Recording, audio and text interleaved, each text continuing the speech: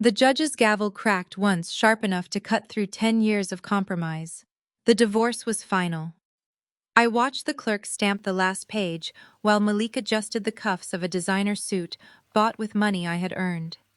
He leaned back with the satisfied expression of a man who thought the marriage had ended, but his access to my family's company had not. I felt no urge to cry. I felt only the clean clarity that comes when a decision becomes irreversible. For the first time in a decade, nothing he threatened next could be disguised as a marital disagreement. I was 35, vice president of operations at Sterling Global Logistics, the company my father had built from 2 leased trucks and a warehouse office with a leaking roof. Malik was 36 and still technically our IT director until the judgment became final. For most of our marriage, I had treated that title as a peace offering. He wanted authority, I wanted a functioning home, so I had kept giving him room until I finally understood that room was exactly what he had been using to build a second power structure inside my family's company. As the judge dismissed us, Malik leaned close enough for me to smell the expensive cologne he wore whenever he wanted to feel important. "See you at the executive board meeting tomorrow, Zariah," he whispered. "You might have the divorce decree, but I am still the IT director of Sterling Global. You cannot get rid of me that easily." I looked at him without blinking. 2 years earlier, that sentence would have sent me into an argument. I would have tried to explain that a job title did not make him family, that access did not equal ownership, that my father had trusted him because I had vouched for him. Now I simply lifted my purse from the table. "Tomorrow should be interesting," I said. His smile widened because he heard surrender where I meant warning. I walked out of the courthouse into the warm Atlanta afternoon, my heels striking the stone steps in a steady rhythm. I did not cry. I did not call a friend. I did not sit in my car, replaying the marriage. The moment the glass doors closed behind me, I called my father. Isaiah Sterling answered on the first ring. "Is it done?" "It is done, Dad. The ink is dry. Cut the cord. Fire all 30 of them and lock them completely out of the mainframe. Revoke every access badge, every VPN credential, every payroll authorization, and every vendor login tied to Yvonne's people." There was a beat of silence, then the low exhale of a man who had been waiting a very long time. "I have been waiting 2 years to press this button, Zariah." "Do it cleanly," I said. "HR notices first. Access revocation at the same timestamp. Preserve every mailbox and every audit log. Nobody deletes anything." "Already staged. Council signed off this morning." That was why I had waited until the divorce was final.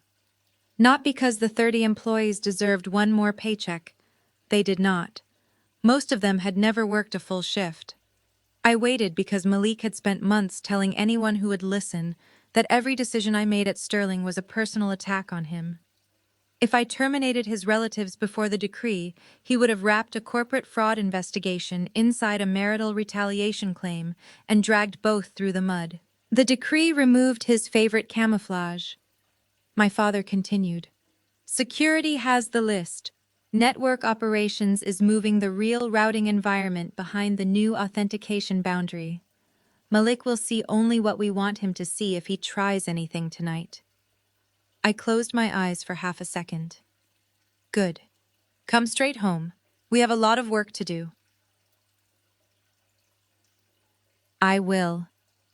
I ended the call and stood beside my car for a moment. The courthouse plaza hummed around me. Lawyers hurried past. A couple argued softly near the curb.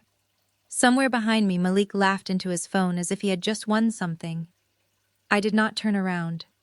The 30 people my father was terminating had arrived in our company during the worst month of my life.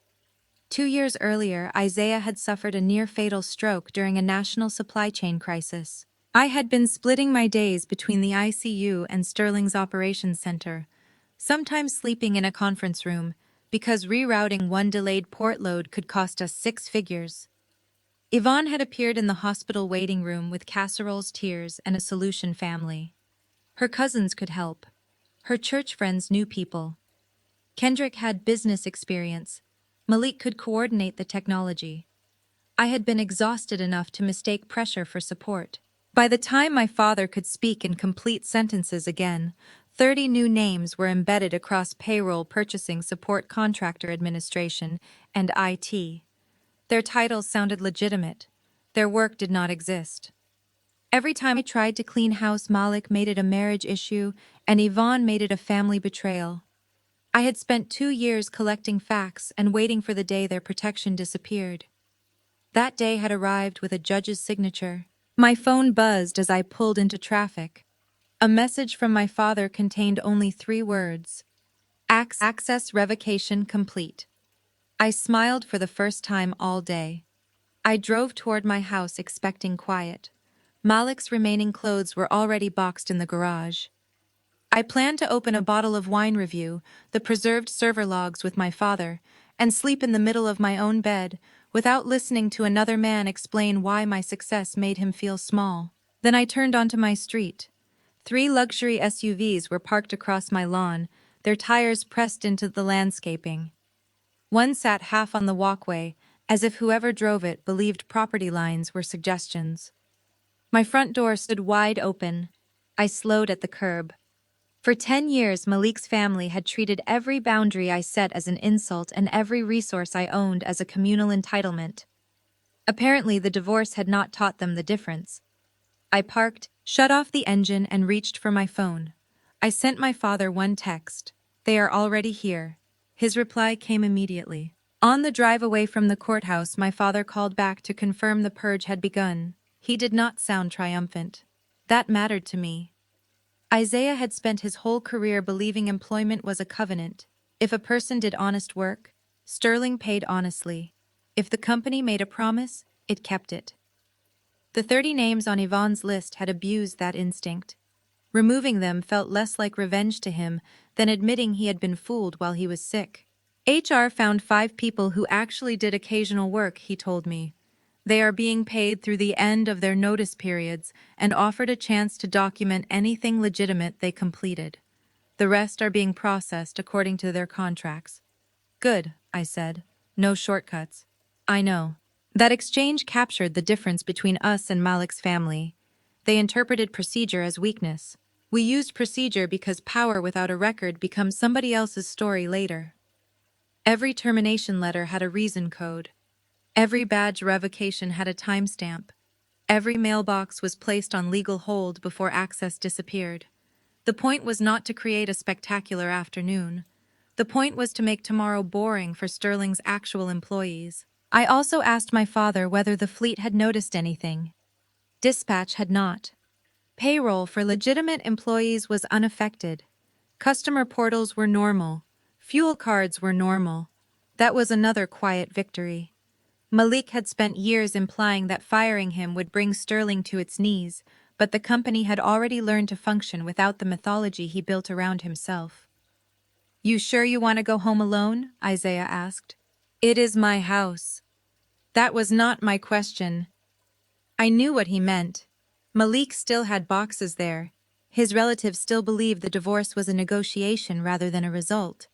But if I changed my routine out of fear, I would be giving them control before they even appeared. "I will call if I need you," I said. "You will call before you need me." I smiled. "Yes, sir." I did not know then that he would end up arriving at exactly the moment the room needed to see him. Do not argue about facts. Let them talk. I slipped the phone into my purse, stepped out of the car, and walked toward my open front door. The first thing I heard was Yvonne laughing in my kitchen. The second thing I heard was the cork from my best Bordeaux hitting the marble floor. I stepped through the entryway and found my former mother-in-law sitting at my kitchen island, as if she owned the deed beneath it.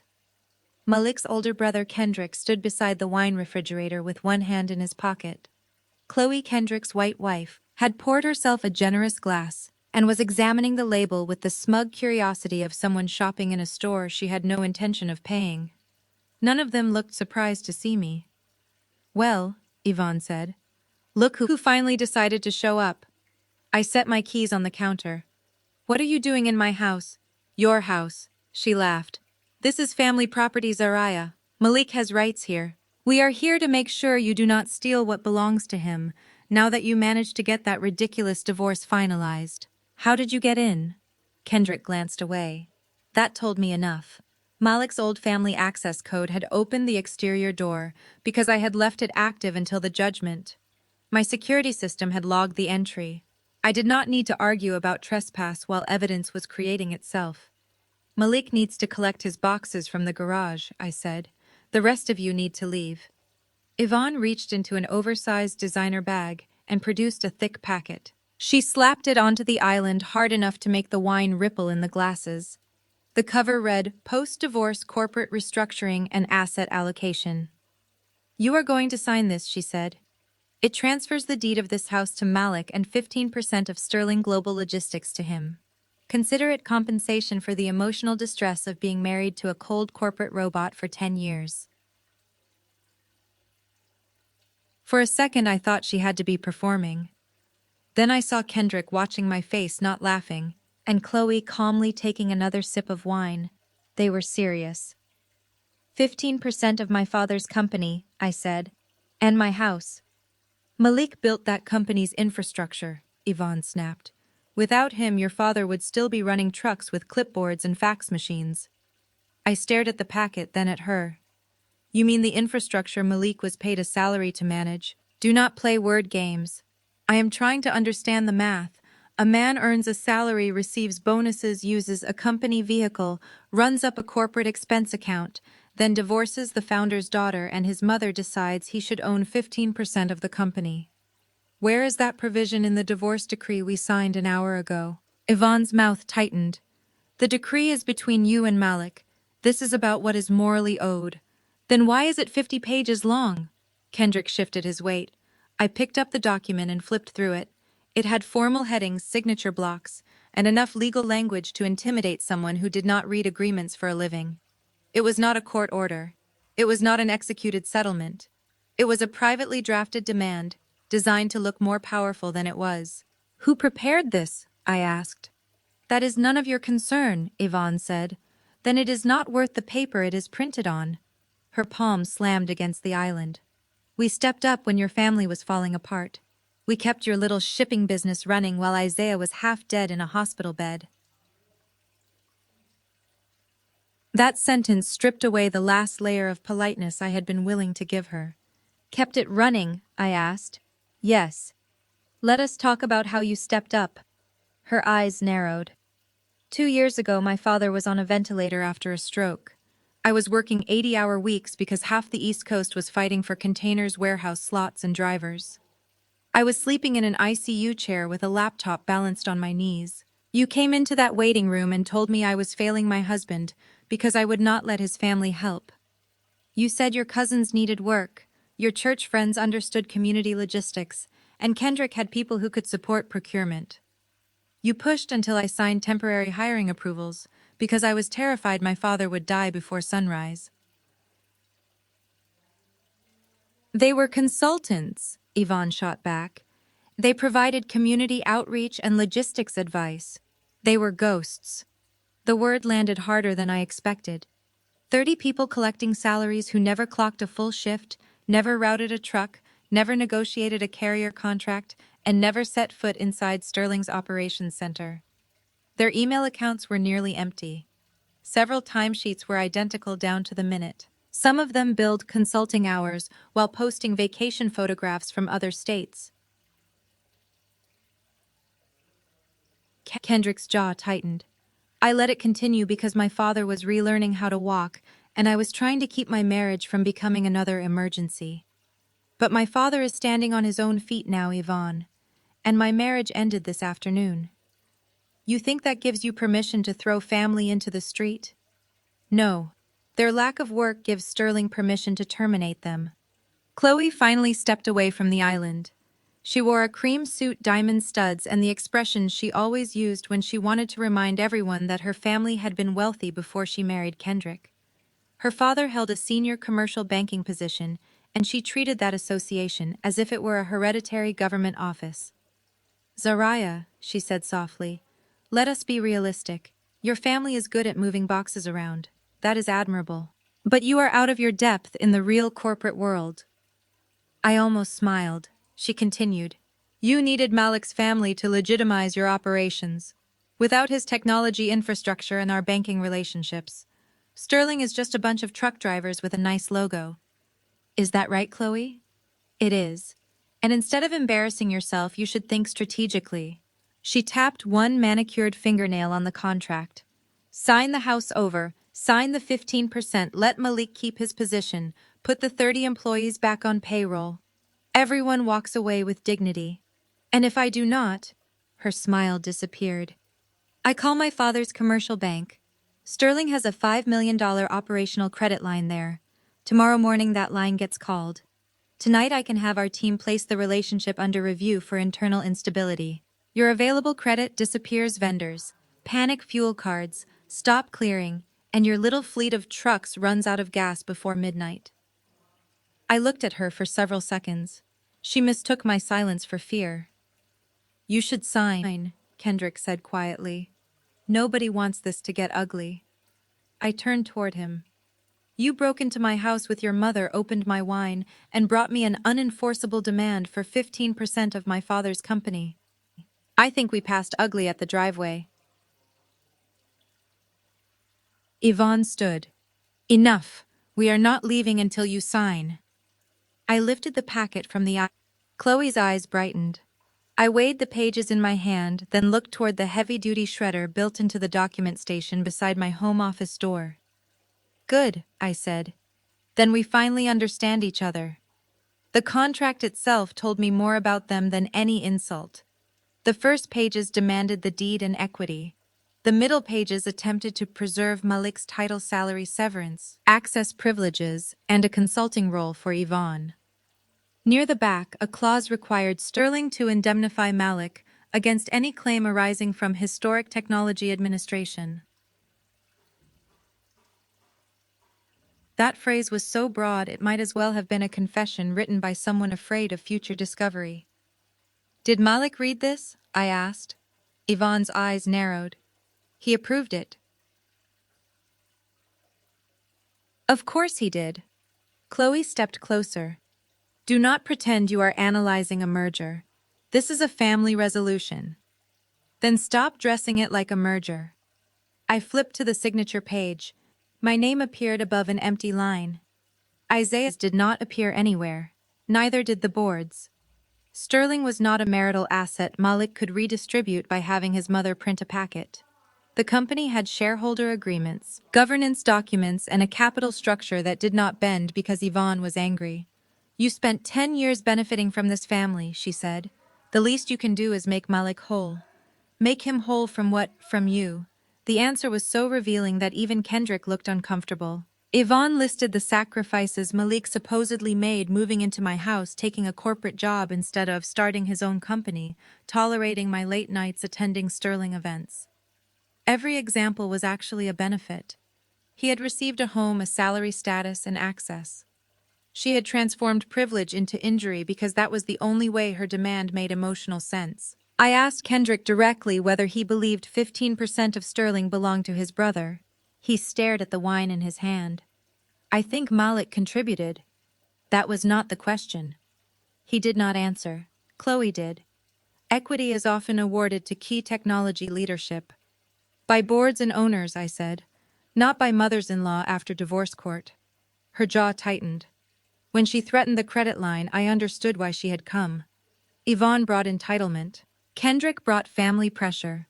Chloe believed she brought the one thing that could turn entitlement into leverage liquidity.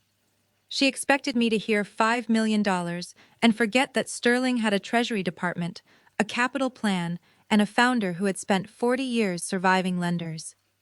I let her finish every threat, because the more specifically she described the pressure, the less room she would have later to call it a misunderstanding. I walked to the shredder with Yvonne's 50-page demand in my hand. What are you doing? She asked. I did not answer. I fed the first edge of the document into the slot and held Chloe's gaze while the motor caught. The pages buckled, disappeared, and came out below in thin, useless strips. Yvonne made a sound somewhere between a gasp and a scream.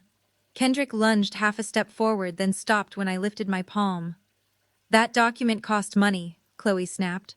Then whoever drafted it should have charged you less for fiction. The final page vanished. I switched off the shredder and returned to the island. You think this is funny? Yvonne demanded. You think you can humiliate us because a judge gave you a piece of paper? No. I think the judge gave Malik and me a final divorce decree. Everything after that is your choice. I unlocked my iPad. The screen displayed Sterling Global's personnel dashboard. 30 names filled the page. Beside every one of them sat the same status in red: terminated, access revoked. I rotated the screen toward her. For the first time since I walked into the house, Yvonne stopped talking. Kendrick leaned closer. What is that? Your family employment program. You cannot fire 30 people in one afternoon. Sterling can terminate employees and contractors according to their agreements, policies, and applicable law. HR prepared the notices. Payroll calculated final amounts. Security revoked badges. IT removed credentials. Records were preserved. This was not an impulse. It was the end of a 2-year internal review. Yvonne's face twisted. You planned this. I documented this. There is a difference. Those people have mortgages, children. Then they should not have accepted salaries for jobs they did not perform. She slapped her palm on the counter again. Put them back. No. I am telling you. And I am no longer married to the person who made me pretend your instructions mattered. The front door slammed hard enough to shake the framed photographs in the hallway. Fast footsteps crossed the foyer. Malik appeared in the kitchen wearing the same suit from court, except the collar was open and sweat darkened the fabric beneath his arms. His composure from an hour earlier was gone. What the hell did you do? He shouted. Yvonne rushed toward him. She fired everyone. I know she fired everyone. He pointed at me. My keycard declined at headquarters. My admin token is dead. My remote access says unauthorized. I cannot even open the IT management console. The divorce is final, I said. Your employment has also ended. You cannot terminate me without the board. Your employment agreement delegates removal authority for your position to executive management. The board was notified. Council confirmed it.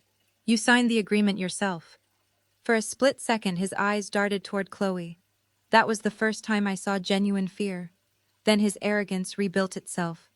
This is retaliation. For what? For the divorce. No. The timing was chosen to separate the employment decision from the marital litigation. The performance and access record predates today by months. His face flushed. I had learned during our marriage that Malik's confidence depended on asymmetry. He was calm when he thought he knew more than I did. The moment that advantage disappeared, he became loud. I built Sterling's network, he said. I designed the routing architecture. Your father's company would collapse in a week without me. Then it is fortunate our current network was redesigned last year. He blinked. What? He had been too busy treating access like ownership to notice that ownership had moved on. Yvonne grabbed his arm. Do something. He looked at her. You said you installed something, she pressed. A back door. You told me if they ever tried to cut you out, you could shut down the system. The room became very still. Malik's eyes snapped toward me. Yvonne realized a second too late that she had said the quiet part aloud. I lowered my iPad. A back door. She does not know what she is talking about, Malik said quickly. I know exactly what I'm talking about, Yvonne shot back. You told me at dinner last month. You said Zariah could never really fire you because you had a failsafe. Chloe's face changed. Even she understood how dangerous that sounded. Yvonne, Kendrick murmured, stop talking. But she was past listening. Shut their routing down, she ordered her son. One night, that is all it will take. Let trucks sit. Let customers start screaming. Then Isaiah will make her put everyone back. Malik looked at me again. I did not move. Go ahead, I said. He frowned. What? Your mother seems confident. Show her. Suspicion flickered across his face, but pride was stronger. He took his laptop from the messenger bag over his shoulder and set it on my kitchen counter. You want to play games? He asked. I want to see whether you are as important as you keep telling everyone. That did it. He opened the laptop. Yvonne stood behind him like a general waiting for an artillery strike. Chloe folded her arms. Kendrick whispered something under his breath that sounded like a prayer. Malik connected through his own hotspot, entered a sequence of credentials and launched an administrative console I recognized immediately. It was the decoy environment. I reached for a clean glass and filled it with water. "Still feeling powerful?" Chloe asked me. "Very." Malik's fingers moved faster. "When I hit this," he said, "your routing tables disappear. Dispatch loses live loads. Driver assignments corrupt. Billing cannot reconcile deliveries. By morning, Sterling will be begging me to come back." "That sounds serious." He smiled for the first time since entering the room. Before Malik arrived, Yvonne tried one more form of intimidation. She demanded that I call HR in front of her, restore the 30 names, and apologize to each of them personally. I asked why employees who had done legitimate work needed her to negotiate collectively from my kitchen. She said nothing. That silence was an answer. The iPad showed more than red termination labels. Each name had an access status, equipment status, and records preservation flag. Company laptops assigned to genuine workers were being collected through standard process. Devices tied to questionable accounts were being preserved. No one had been erased from history. Their history was exactly what we intended to keep. Kendrick leaned over the screen and saw his own name in a linked vendor review. He moved back quickly. "Why am I there?" "Because you signed invoices."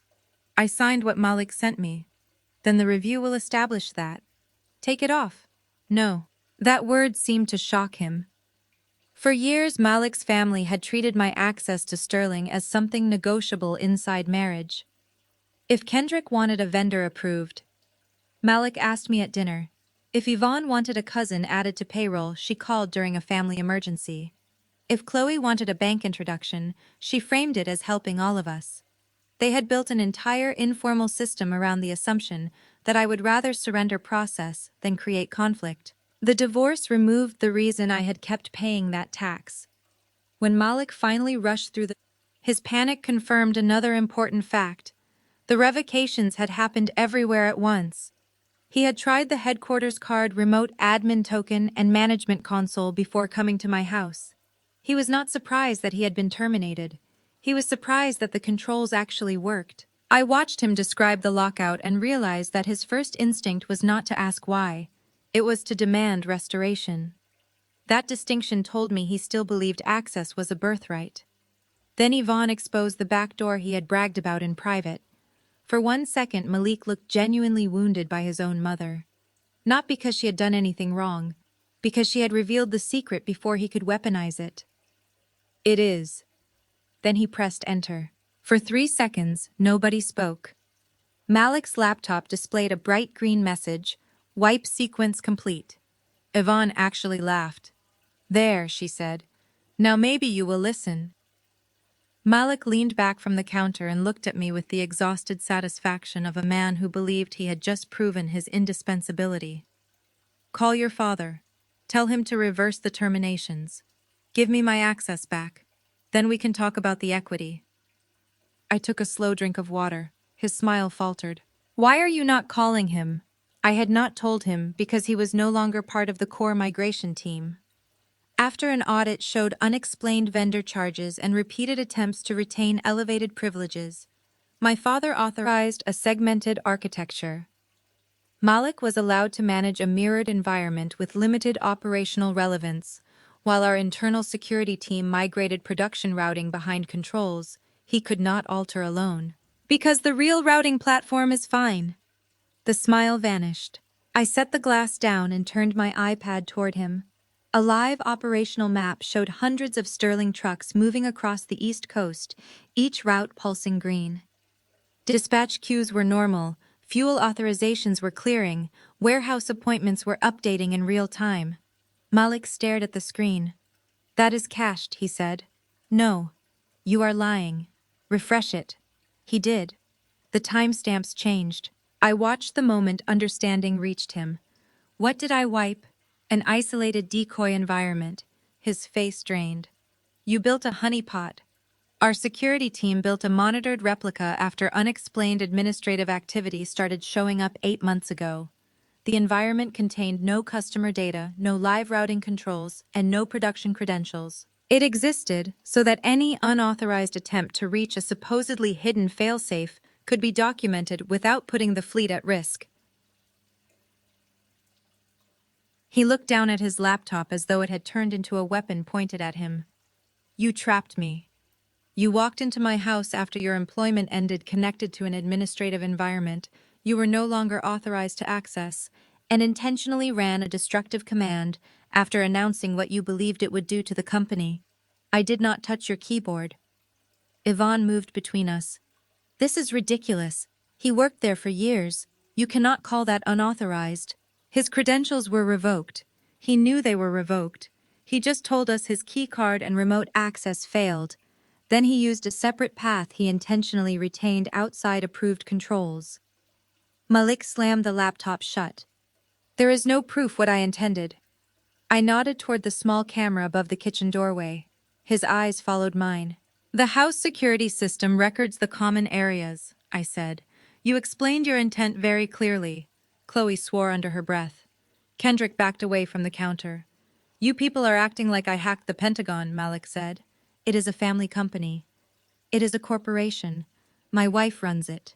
Your former wife is its vice president of operations. He flinched at the correction. Yvonne stepped toward me. We built that company's modern infrastructure while you were playing executive. I laughed once. You want dates, let us use dates. She folded her arms. During the port congestion crisis, I spent 83 days without a full weekend. I negotiated overflow capacity in Savannah when 2 of our competitors were canceling contracts. I personally rebuilt the emergency lane allocation model after fuel prices spiked. I moved customers between regional hubs so we could keep medicine, refrigeration equipment, and food loads moving when drivers were quitting. Where was Malik? Working from home, she said. He billed 72 hours of emergency IT support during one of those weeks. His network log shows less than 11 active hours. His corporate card shows cryptocurrency exchange deposits and a hotel charge 2 states away. Malik's chair scraped back. Do not drag private purchases into this. They became my concern when the expenses came through company-linked payment channels. I reimbursed them. Some, not all. That is why the audit exists. His eyes narrowed. What audit? I did not answer. The silence frightened him more than any accusation could have. Chloe reached for her phone. This has gone far enough. I agree, I said. No, you do not understand. Sterling can posture all it wants about servers. It still needs liquidity. Payroll, fuel, vendor settlements. Your father's company is leveraged like every transportation business in America. She tapped her screen. Who are you calling? Kendrick asked. The bank. He caught her wrist lightly. Chloe, maybe we should go. She jerked away. You want to run because she flashed an iPad? Absolutely not. My family has financed companies larger than Sterling for generations. She wants to play corporate warfare fine. She selected a contact and put the call on speaker. A professional voice answered. Chloe identified herself and immediately began speaking in the crisp, performative tone she used whenever she wanted to sound more senior than she was. I need Sterling Global Logistics' $5 million operational line placed under immediate relationship review, she said. There is internal instability, a disputed executive termination, and credible concern about continuity of management. Freeze any discretionary draw capacity pending tomorrow's credit discussion. There was a pause on the line. The voice said something about authorization, documentation, and escalation. Chloe cut in. My father will support the review. Open the file now. I checked my watch. 5:52 p.m. Yvonne smiled. 8 minutes. Until what? I asked. Until the bank's end-of-day controls lock you down, Chloe said. Your trucks may be moving now, but by midnight your fuel vendors will know you have no credit. Sign the house over and restore Malik. I can make one call and fix everything. I folded my hands on the island. You are very sure of the leverage your family has, I said. I know exactly what my family controls. 5:56.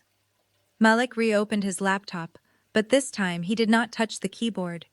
He kept glancing at the security camera. 5:59. Yvonne looked at me with open triumph. You should have listened when I told you family protects family. A heavy engine turned into my driveway. Headlights swept across the kitchen wall. Chloe looked towards the front windows. The vehicle stopped. The decoy environment had not been created overnight.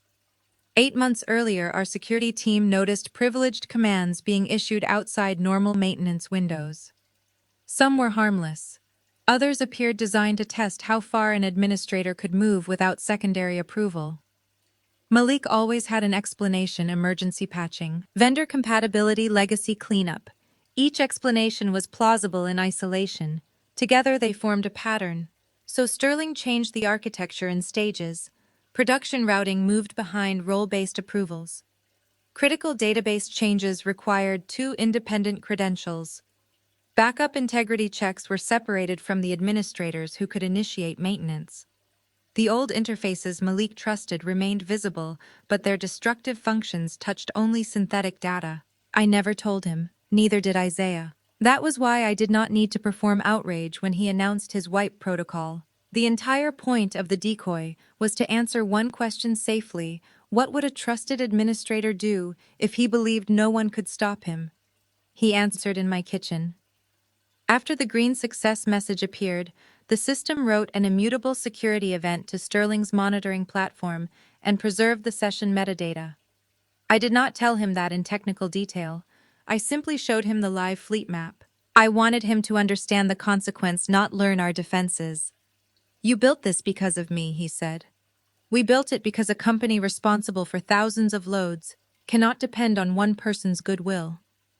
That sentence struck the center of his ego. Malik had spent years confusing indispensability with importance. A healthy company designs around single points of failure. A controlling husband wants to become one. When Yvonne ordered him to shut down the fleet, she converted what could have been explained as curiosity into something much harder to explain. She supplied motive in front of witnesses. Malik supplied intent. The laptop supplied the attempt. The monitoring system supplied the record. Nothing needed to be dramatized. That was what made it powerful. A door shut outside.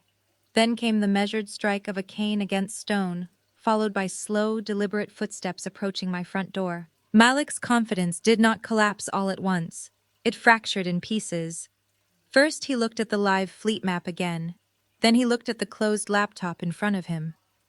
Finally he looked at the kitchen camera, as if the lens itself had betrayed him. You were watching me for 8 months, he asked. We were watching anomalies, I said. You made yourself relevant to them. You had no right to monitor me.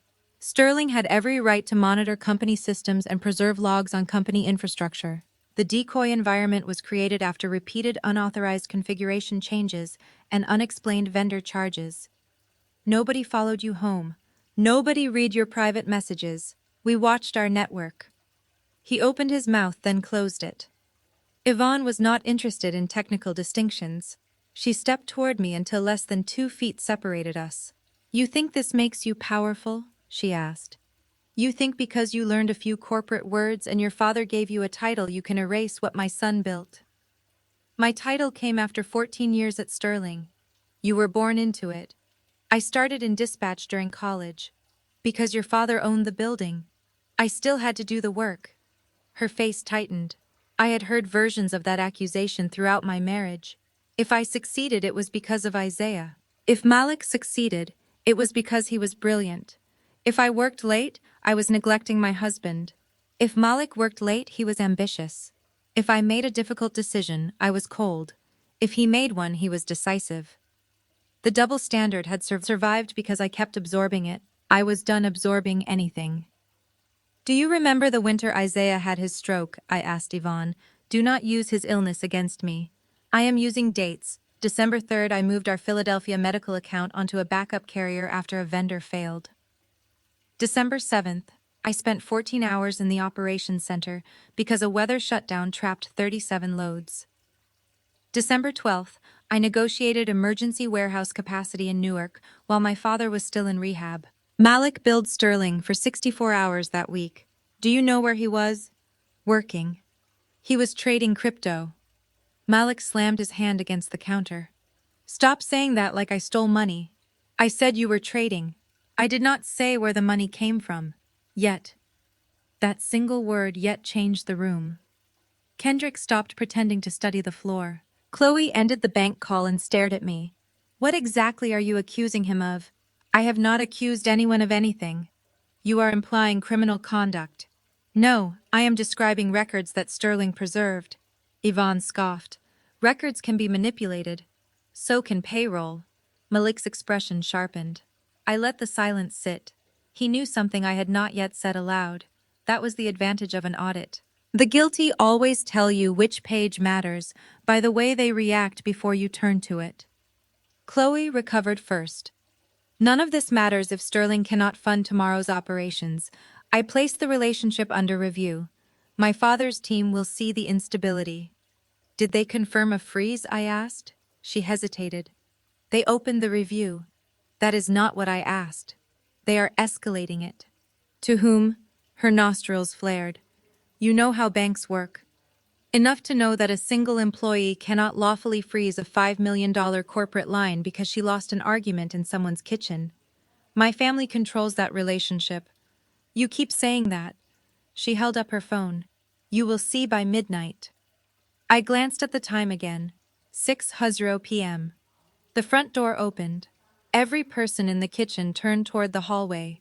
While Malik stared at the decoy logs, my phone received a quiet message from Sterling's counsel confirming that the preserved session had been copied to the legal hold repository. I did not announce it. There was no need. Evidence does not become stronger because the subject hears a speech about it. Yvonne kept arguing that family could not trespass against family systems.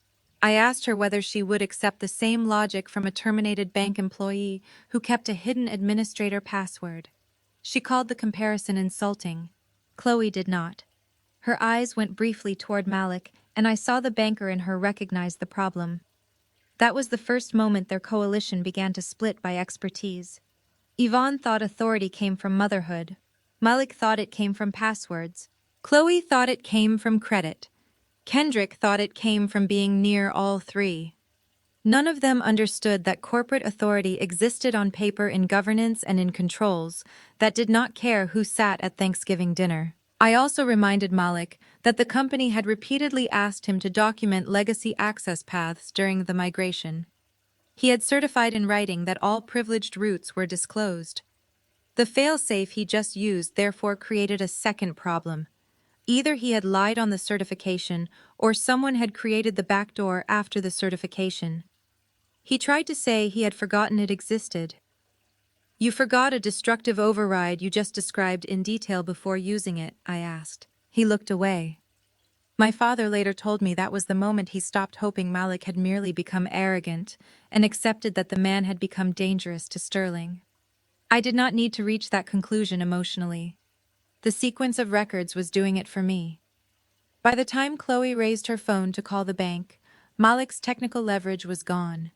That made her threat feel bigger to them. They were moving from one weapon to the next, not realizing each attempt was exposing another layer of the same scheme. There was another reason the decoy mattered. Sterling's routing platform touched contracts with hospitals, food distributors, and regional manufacturers. A careless response to suspected sabotage could have endangered customers who had nothing to do with my marriage. We could not simply wait for Malik to misbehave on production and then congratulate ourselves for catching him. The security design had to make the company safer, even if he never tried anything. That was the difference between a trap and a control. A trap exists mainly to catch someone. A control exists to protect the system and also creates evidence if someone chooses to attack it. Malik had spent years believing every safeguard was about him because he viewed Sterling through the lens of his own importance. The decoy proved the opposite. Production kept moving because the system no longer needed to trust him. I told him that directly. You are not important enough for us to gamble the fleet on your behavior. The line hurt more than any accusation. He had wanted to be indispensable. I was telling him the company had matured past that need. The cane struck the hardwood once. Then Isaiah Sterling walked in. My father had been a large man before the stroke. Rehabilitation had taken weight from him, but not presence. He wore a charcoal suit cut perfectly across his shoulders, a white shirt no tie, and carried a black cane with a silver handle. His gait was measured, not weak. Every step looked deliberate. Yvonne's wine glass slipped from her fingers. It hit the kitchen floor and shattered. Malik went pale. For 2 years, he had behaved as if Isaiah's stroke had permanently removed the only person in the family whose authority he could not manipulate. My father had allowed that assumption to survive because recovery had taught him something. Business never had the value of letting people reveal themselves when they think the owner is not watching. Isaiah, Yvonne whispered. He looked at the broken glass, then at the open bottle, then at the shredded contract in the bin. I leave my daughter alone for one afternoon, he said, and you people turn her kitchen into a boardroom and a crime scene. Yvonne rushed forward. This is not what it looks like. It rarely is with you. Malik found his voice. Dad? Isaiah's eyes snapped toward him. Do not call me that. The words landed harder than shouting. Malik swallowed. Chloe, still holding her phone, forced a professional smile. Mr. Sterling, I think everyone is emotional. Zaria just terminated 30 employees without a proper transition plan. We are trying to prevent a liquidity crisis. My father turned to her. A liquidity crisis. Sterling has a $5 million operating line through my father's bank. Given the management instability, I requested a review. It is standard risk management. Isaiah nodded slowly. You might want to check your email, Chloe. Her smile faded.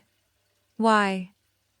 Because corporate hierarchies change quickly when people confuse a lending relationship with ownership. She looked down at her phone. A new message sat near the top of her inbox. I could not see the full text from where I stood, but I watched her eyes move faster with each line. This is impossible, she said. Isaiah rested both hands on the head of his cane.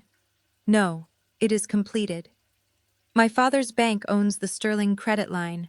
It serviced part of it. She looked up. I took over. Over the last year, Sterling refinanced its core operating exposure. Isaiah's private holding company and an unaffiliated institutional partner acquired and replaced the old credit facilities in stages. The $5 million line you keep threatening is no longer a switch your father's branch can flip. You cannot just buy a bank branch, she snapped. We did not. We moved our debt. Your father knows. The email you just received is probably his compliance team reminding you that you do not have authority to weaponize a client relationship over a family dispute. Her face reddened. I was protecting the bank. By calling on speakerphone from my kitchen and demanding a freeze unless I surrendered my house. Nobody spoke. Chloe slowly lowered the phone. Isaiah looked at Yvonne. Did you know she was doing that? I was trying to protect Malik. You have spent 10 years calling extortion protection. Yvonne recoiled. How dare you? How dare I? You planted 30 people on my payroll while I was learning how to hold a fork again. You told my daughter she would destroy her marriage if she removed them. You let your son build hidden access into my network. And today, an hour after a court ended his marriage, you entered Zaria's home and demanded 15% of my company. Kendrick stepped forward. Uncle Isaiah, I think this is getting exaggerated. My father turned his head. Kendrick immediately regretted speaking. Do not call me uncle, Isaiah said. Not tonight. Malik leaned against the island, his bow dissolving into a different strategy, victimhood. You both act like I woke up and decided to hurt Sterling, he said. I gave that company 10 years. I missed vacations. I worked nights. Zaria was never emotionally available. Everything was operations, operations, operations. I made mistakes because I was trying to build something for us. I stared at him. There it was. The explanation he always produced after consequences arrived. The thing he did was my fault, because I made him feel something first. What mistakes? My father asked.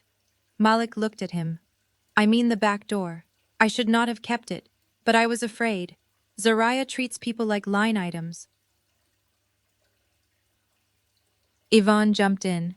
Exactly. She is cold. She has always been cold. Malik needed security. Security, I repeated. He had a wife who valued the company more than the marriage. I walked to the hall console and picked up the briefcase I had left there when I arrived. It was heavier than it looked. I carried it into the kitchen and placed it on the island between us. Malik watched it. "What is that?" he asked. I opened the latches. Chloe's bank threat carried history with it. For years, she had made small comments at family dinners about how transportation companies survived at the mercy of lenders. When Sterling bought new trailers, she asked what the covenant package looked like. When we expanded a warehouse, she joked that real capital came from families like hers. I used to answer politely because arguing with an in-law over leverage ratios was not how I wanted to spend Sunday dinner. Isaiah listened differently. After his stroke, he began reducing dependencies that could be weaponized against the company. He did not announce it. Over 12 months, Sterling refinanced portions of its revolver, moved cash management functions, negotiated backup facilities, and placed more liquidity inside a holding structure he controlled. The old bank relationship remained useful, but it was no longer existential. That was the email Chloe received at 6. Her father's institution was not being bought in some theatrical takeover. Instead, the piece of sterling she thought her family controlled had already been replaced or participated out under completed transactions, and the bank's own compliance office was warning her that she had no authority to threaten a client relationship for personal reasons. She read the message twice. "My father would have told me," she said. Isaiah answered, "Your father is a banker. He does not owe his daughter a briefing on my balance sheet." The humiliation was private but devastating. Chloe had built her posture around inside access. Now she was discovering that her own family had treated Sterling like a real client, while she had treated it like an extension of her marriage. Malik tried to use the moment to become sympathetic.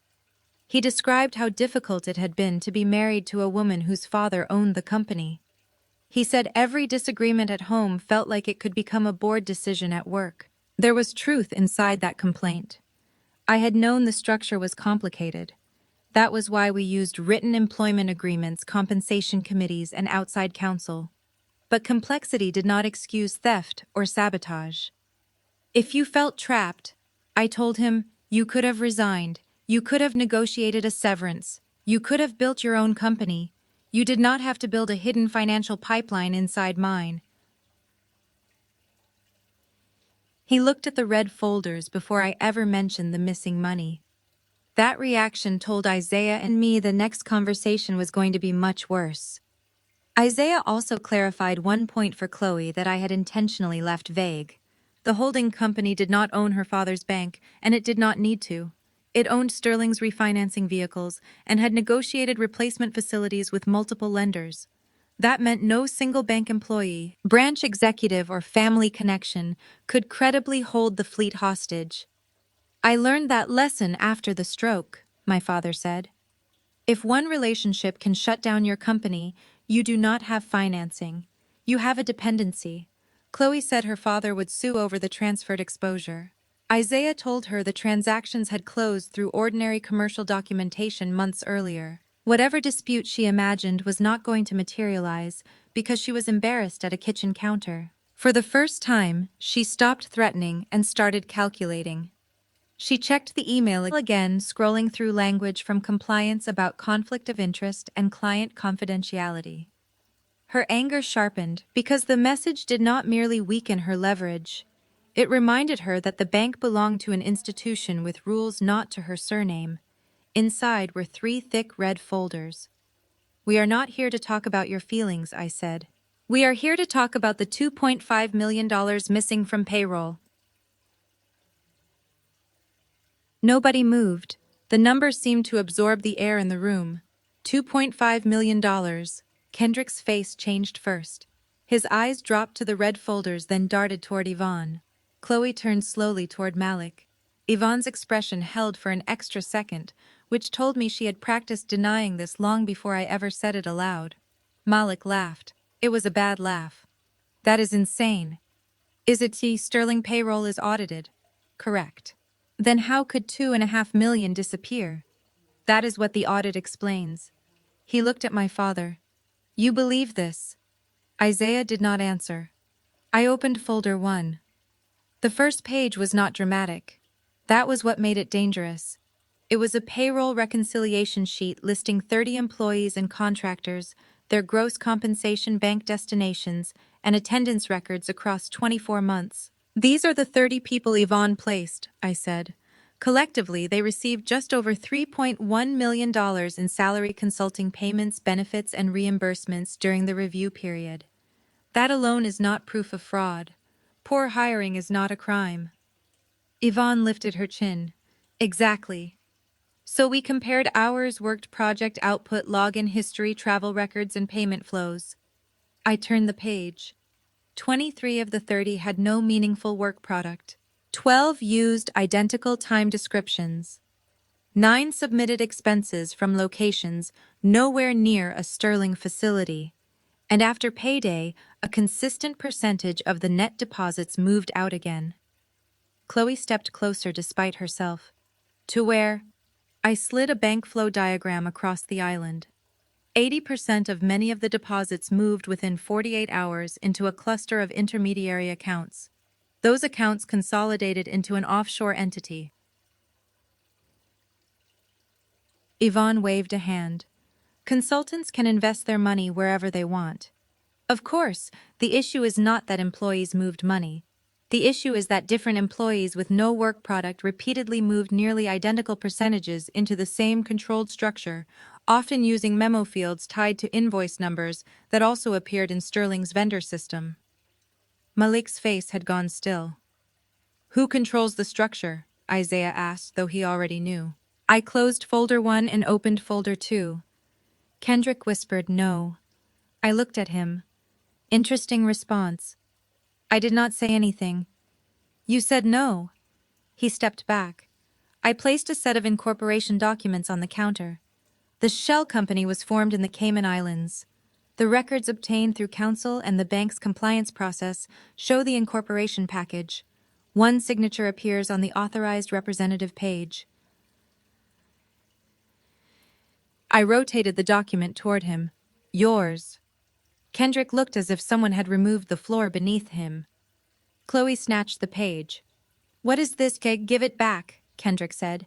Why is your name on a Cayman company? It is not what you think, Yvonne snapped. Kendrick, keep your mouth shut. That was the wrong instruction. He turned toward her. You said this would never come back to me. Malik closed his eyes. I did not need to ask a question. The family did it for me. What would never come back to you? Chloe demanded. Kendrick pointed at Yvonne. She told me it was a tax structure. She said Sterling paid too much and Malik needed a separate entity for contractor settlements. You signed it, Malik said. Because you sent me the papers. I sent you forms. You chose to sign. Mom told me to. Yvonne slammed her fist down. Stop, all of you. Isaiah watched them with a kind of exhausted disgust. You planted 30 people in my company, he said. Then you used their payroll as a pipeline. No, Yvonne said immediately. I did not. Then why is your son admitting you directed the paperwork? Because he is panicking. Kendrick's panic became anger. I am panicking because you told us nobody would ever audit family. You said Zaria was too busy saving her marriage to ask questions. Yvonne's face went gray. Malik lunged verbally. Do not put this on her. You benefited too. I never touched the routing numbers. You opened the company. You built the payment sequence. They were no longer defending themselves. They were allocating blame. That was the first real collapse. Chloe stared at her husband as if she had married a stranger. You used an offshore shell. Kendrick rubbed both hands over his face. I thought it was temporary. Temporary crime. Do not act innocent, Malik snapped at her. She turned. Excuse me. He stopped. I reached for the third folder. Chloe saw the motion. Her expression changed. What is in that one? She asked. The 2.5 million figure came from a reconciliation, not a dramatic guess.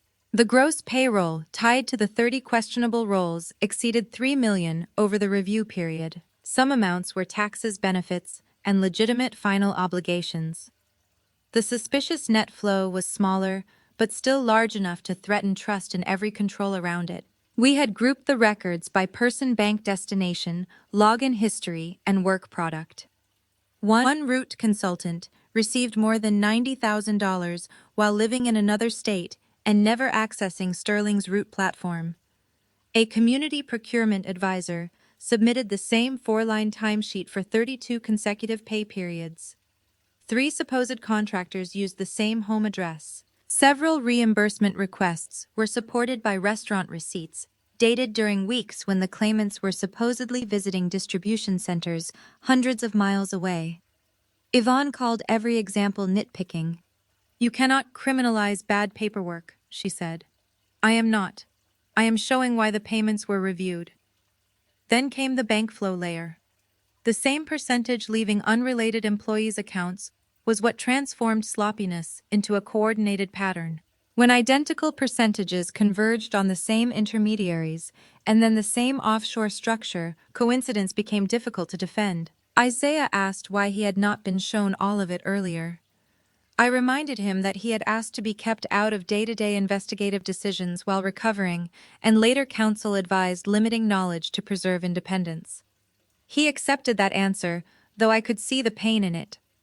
A founder can build a company and still hate learning that the safest way to investigate theft is sometimes to keep the founder from touching the evidence. Kendrick's signature on the incorporation papers did not prove every transfer. I said that explicitly. It established a link and a question. His own words supplied more context.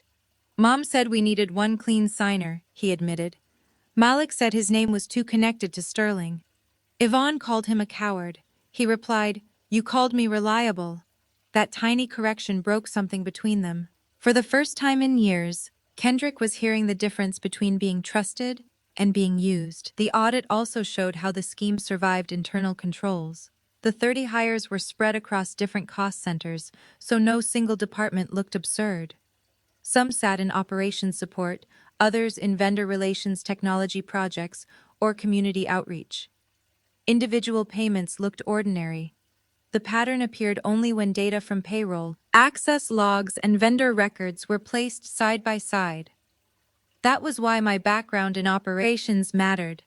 I knew what actual work left behind: route changes, tickets, emails, vendor negotiations, approvals, customer calls. Ghost work left almost nothing except invoices and money. One of the names on Yvonne's list had supposedly spent hundreds of hours improving East Coast routing. When we reviewed the transportation management system, the person had never logged in. Another claimed procurement consulting, but had no vendor correspondence. A third submitted mileage for trips to Sterling facilities, while toll data from a company-issued transponder placed the assigned vehicle elsewhere. I did not present those details because I enjoyed humiliating anyone. I presented them because Yvonne kept insisting the 30 people had provided value. Facts gave her a path to prove me wrong. She had no work product to show. "You trusted family," she said, as if that were my failure. "Yes," I answered. "And now the company has controls that do not require trust to substitute for evidence." I rested my hand on the cover. "You." Chloe's first instinct was not denial. It was distance. She stepped away from Kendrick as if physical space could separate their finances. "I have nothing to do with whatever stupid arrangement they made," she said. "You are not a passive observer," I replied. "I work in banking. That does not make me responsible for my husband's mistakes." "No, your own transactions do."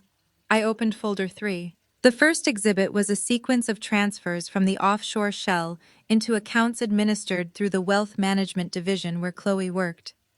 The numbers were smaller than the payroll deposits because the money had been divided, layered, and moved in pieces. "These are client relationship records obtained through the appropriate bank investigation," I said. "Not because I called someone and asked for your private account." Sterling reported suspicious payroll and vendor activity. The bank traced incoming wires involving its own systems. Counsel coordinated the information exchange. Chloe's mouth tightened. You cannot show that here. I can show the records Sterling and its counsel are authorized to use in an internal fraud investigation. This is defamation. Then identify the false statement. She looked down at the pages. I continued. Money enters the offshore company after payroll. It returns through a set of trust and wealth management accounts connected to you. From there, some of it pays credit card balances, luxury leases, and private school deposits. Other portions move again to accounts associated with Yvonne and Malik. Yvonne shouted lies. The routing numbers are printed on the page. Numbers can be fabricated. Then your lawyer can challenge them in the proper forum. Chloe's voice became softer. Kendrick, tell her she is wrong. He would not look at her. That frightened her more than my folder. Kendrick. I did not know everything you did with the money, he muttered. She stared at him. Everything I did. You told us your department could move funds without triggering attention. Her face went white. You idiot! The insult came out before she could stop it. Malik laughed bitterly. There is the banking princess. Shut up. You were happy to be the smart one when the transfers cleared. I was helping my husband. You were taking a cut. I was not taking a cut. I turned one page. A fee schedule sat highlighted near the middle. She stopped speaking. You charged advisory fees on several transfer sequences, I said. You also wrote internal notes characterizing the flows as family investment proceeds. Because that is what I was told. By whom? She looked at Kendrick. He looked at Yvonne. Yvonne looked at Malik. The den of vipers had become circular. Chloe drew herself up. No one is going to believe you over my family. My father has been in banking for 30 years. I have a reputation. You are a bitter ex-wife using a black-owned company as a weapon against people you do not like.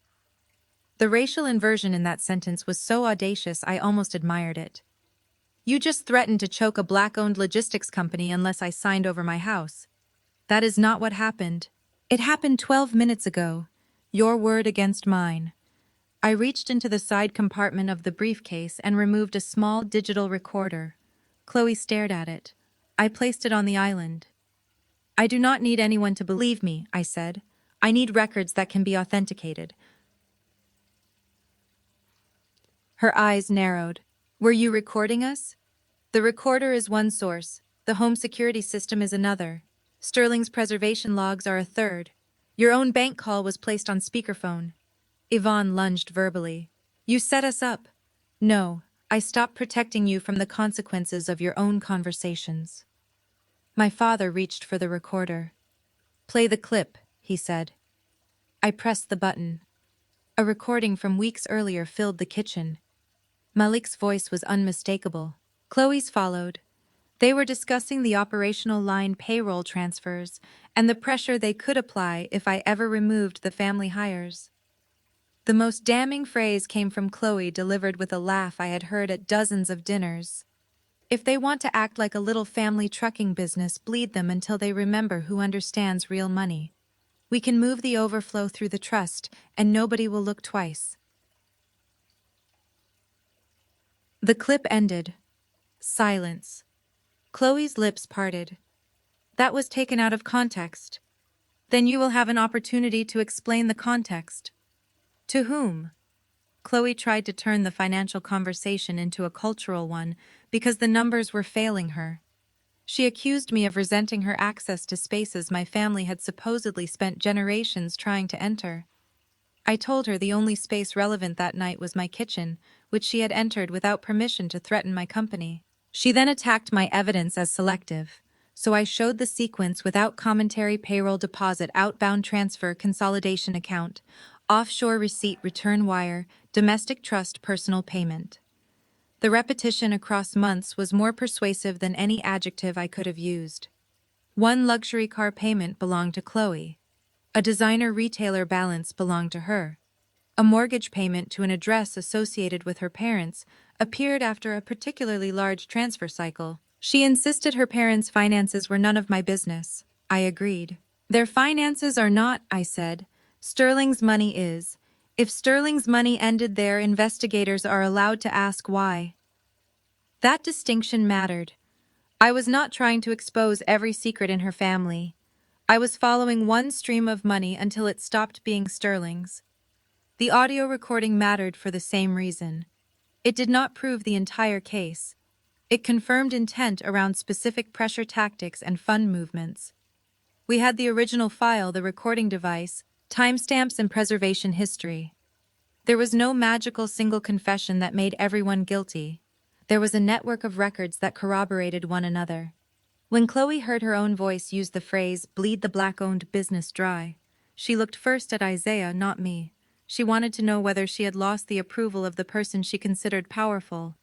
That told me more about her than the insult itself. My father did not raise his voice. "My company survived redlining recessions, fuel shocks, and a stroke," he said. "It will survive you." Chloe looked away. The sirens outside grew louder. Nobody in the room knew exactly which warrants had been approved or who agents intended to take into custody. That uncertainty was important. I had supplied evidence. I had not written the ending for law enforcement. Chloe tried to seize on one technical point. She said transfers through a trust could be perfectly lawful and accused me of intentionally making ordinary wealth management structures sound criminal to people who did not understand banking. I agreed with the first half. A trust is not a crime. An offshore account is not a crime. A fee is not a crime. The question is what money entered, who knew its source, what representations were made, and what records were created to move it. That answer frustrated her because it denied her an easy accusation of ignorance. I was not criminalizing sophistication. I was asking whether sophistication had been used to disguise Sterling's money. Isaiah asked Chloe whether her bank would normally tolerate an employee participating in transactions involving close relatives without disclosure. She avoided the question and returned to attacking my motives. That evasiveness became part of the room's understanding, even if it was not itself proof of anything. The strongest evidence remained, the boring evidence: recurring payroll dates, account numbers, emails, authorizations, fee entries, and preserved audio. The story they told did not depend on anyone believing I was a good person. I looked toward the front windows. Far down the street, faint at first, came the rising sound of sirens. The sirens were still distant enough that Yvonne could pretend she had not heard them. She pointed at Kendrick instead. "You are going to stand there and let her blame your mother." Kendrick stared at the incorporation page bearing his signature. "You told me it was paperwork." "It was paperwork. You said Malik needed a clean entity for contractor settlements. You said nobody would ever trace it back because the people on payroll were family, and family does not turn on family." "Lower your voice. Why, she already has the documents." Malik moved around the island. "Kendrick, do not start rewriting history because you are scared." "I am scared," Kendrick snapped. "There is a Cayman company with my signature on it and $2.5 million moving through it. I am supposed to be calm. You knew what you signed." "I knew what Mom told me I signed." Yvonne lunged verbally between them. "Both of you stop. Zariah wants exactly this. She wants us divided." "No," I said. "The bank records want you divided. I am just reading them." Kendrick looked at me. "If I tell the truth, what happens?" Yvonne's head snapped toward him. "You do not ask her that." "I am asking." I did not promise him safety. That would have been dishonest and strategically foolish. "You tell the truth to your own attorney and to the investigators handling the case. I do not control what happens to you." He swallowed. "Case. Did you think Sterling found $2.5 million in suspicious payroll and kept it inside a family group chat?" Yvonne's confidence finally cracked. "What investigators? I closed folder 2. 8 months ago, our internal review crossed the point where this stopped looking like payroll sloppiness. Counsel directed us to preserve records and make the appropriate referrals. From that point forward, the company stopped making unilateral moves that could compromise the investigation. We tightened controls, monitored systems we legally owned, and followed instructions about evidence preservation." Malik stared at me. 8 months. "Yes. You knew 8 months ago." "I knew there were anomalies. I did not know the full structure. That is why investigators investigate." He looked betrayed, which was almost funny. He had spent years hiding things from me and somehow believed my refusal to warn him about a fraud review was a marital offense. "You slept next to me," he said. "So did you." That ended that line of argument. Kendrick sank onto one of the stools. "Malik set up the routing instructions," he said. Yvonne slapped the countertop. "Kendrick." He ignored her. "He said payroll was the easiest place because nobody questions family hires if the founder's daughter approved them. He gave me the shell company paperwork. Mom told me to sign because my name was cleaner than his after the crypto losses." Malik stepped forward. "You are lying. You sent me the incorporation packet from your Sterling email. That does not prove I knew what you did with it. The routing template came from your admin account. Anybody could have used that account." I lifted one eyebrow. He stopped. After bragging all evening about being the only person sophisticated enough to control Sterling's systems, suddenly his privileged account belonged to everybody. Kendrick turned toward Chloe. "You knew the money was coming through." She recoiled. "Do not drag me into your confession. You told us your bank would classify the wires as investment distributions. I explained a process. I did not approve fraud. You charged fees. Those were legitimate advisory fees. On stolen payroll." Her face hardened. "I did not know it was stolen." Malik laughed. "You knew enough to tell us not to use the same memo line twice." Chloe turned on him. "You shut your mouth." Yvonne looked from one child to the other as the structure she had spent years presenting as a loyal, successful family disintegrated in my kitchen. "This is your fault," she said to me. I almost admired the consistency. "I did not form the shell company. You pushed them. I did not route payroll. You hated us. I did not launder a dollar. You were always jealous because Malik's family had connections you did not." My father laughed softly. Yvonne glared at him. Isaiah said, "My daughter spent 14 years building a company. Your connections spent 2 years stealing from it." Chloe grabbed her handbag. "I am done with this," she said. "Kendrick, I am leaving. I am not going to let your criminal family destroy my career. I will take my money, go to my parents' house, and let you explain to federal investigators why your name is on some island company." Kendrick stared at her. "Your money?" "Yes, my money." I laughed. She turned on me. "What is funny?" "You cannot take what you already spent, Chloe." Her hand froze on the strap of her bag. I opened the final section of folder 3. "Your household checking is overdrawn. Your home equity balance increased twice this year. Your luxury leases are current only because money from the same transfer network kept filling the gaps. The so-called family investment account you keep calling yours was funded with the money we just traced. You have no right to know that. The records relevant to Sterling's stolen funds were produced through counsel and bank compliance. I do not care what you spent on groceries. I care where Sterling's money went." Her eyes dropped to the paper. "You thought you were the only person in this room with leverage," I said. "You were living on the proceeds, too." The sirens were louder now. Kendrick put his head in his hands. Malik backed away from the window. Kendrick's decision to cooperate did not happen in one noble burst. It happened through panic, contradiction, and self-preservation. He admitted a little, looked at Yvonne, then admitted more when she denied what he had just said. Each time his mother tried to silence him, he became more certain she planned to sacrifice him first. He described a family meeting months earlier, at which Malik presented the offshore entity as a recovery vehicle for excess compensation. Yvonne told everyone the money ultimately belonged to family because Sterling existed only through Malik's work. Kendrick said he signed documents but never controlled the accounts. I did not tell him whether that helped. The facts could help or hurt depending on everything else investigators found. Malik accused him of inventing the story to save himself. Kendrick responded by naming dates, email subject lines, and the location where Malik handed him the papers. Those details were useful because they could be checked. Chloe's reaction was different. She did not confess. She reclassified. Every suspicious action became advice. Every instruction became general information. Every fee became customary. She had worked in regulated finance long enough to understand the protective power of vague nouns. But vague nouns cannot erase timestamps.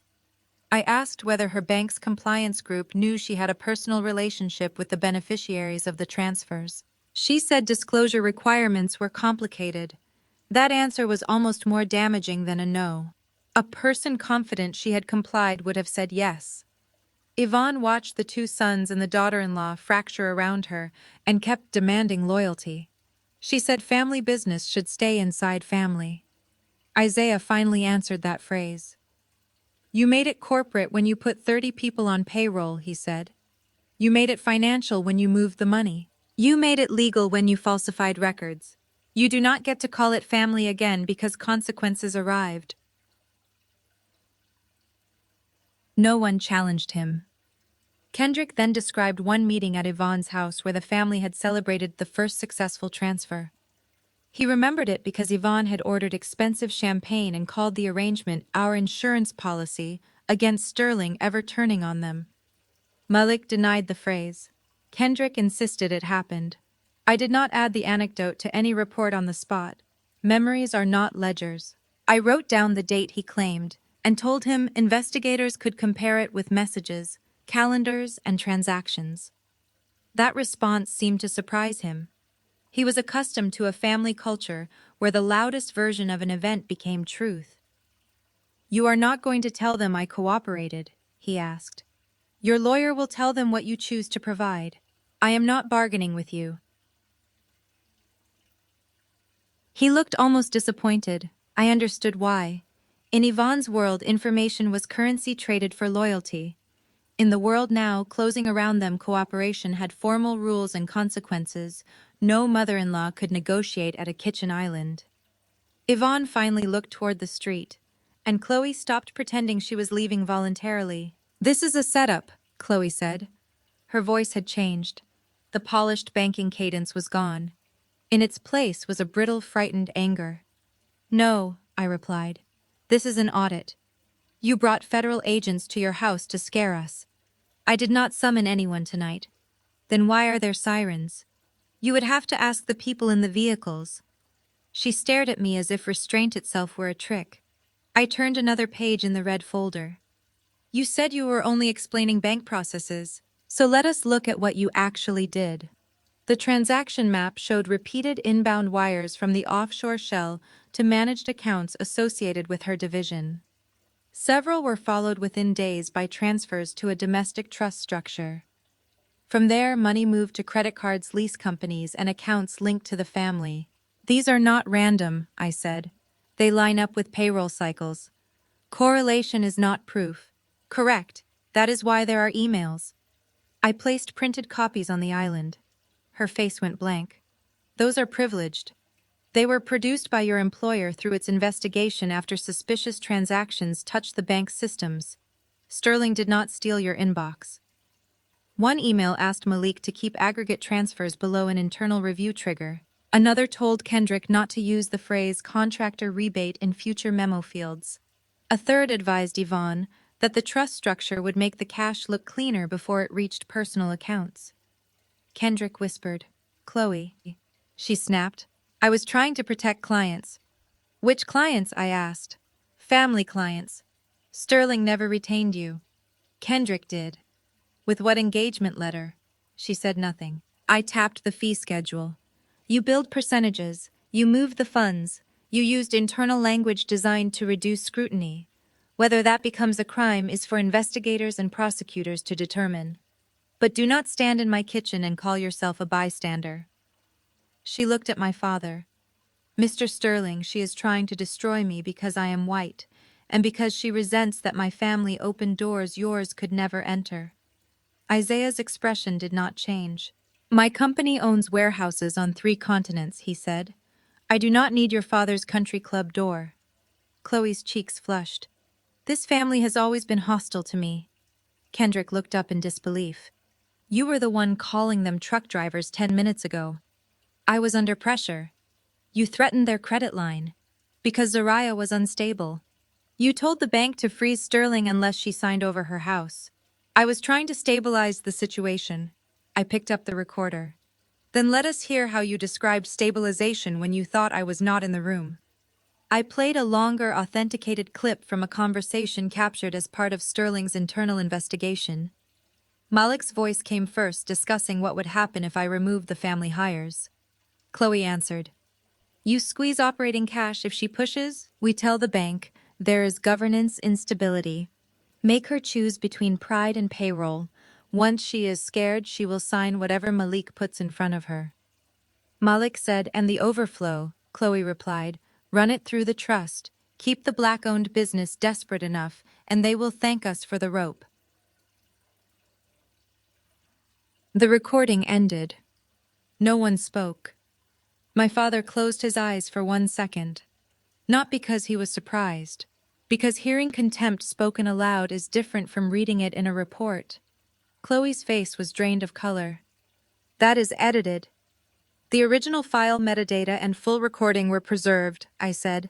"You can make that argument through counsel." Yvonne suddenly surged toward me. "You evil little—" Her hand came up.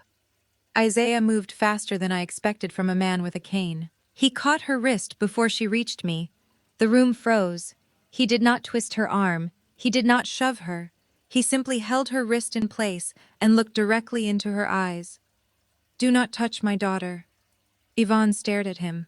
"Let go of me." He released her immediately. She stumbled back, more shocked by the boundary than the restraint. The sirens cut off outside. Doors slammed. Malik's knees seemed to soften.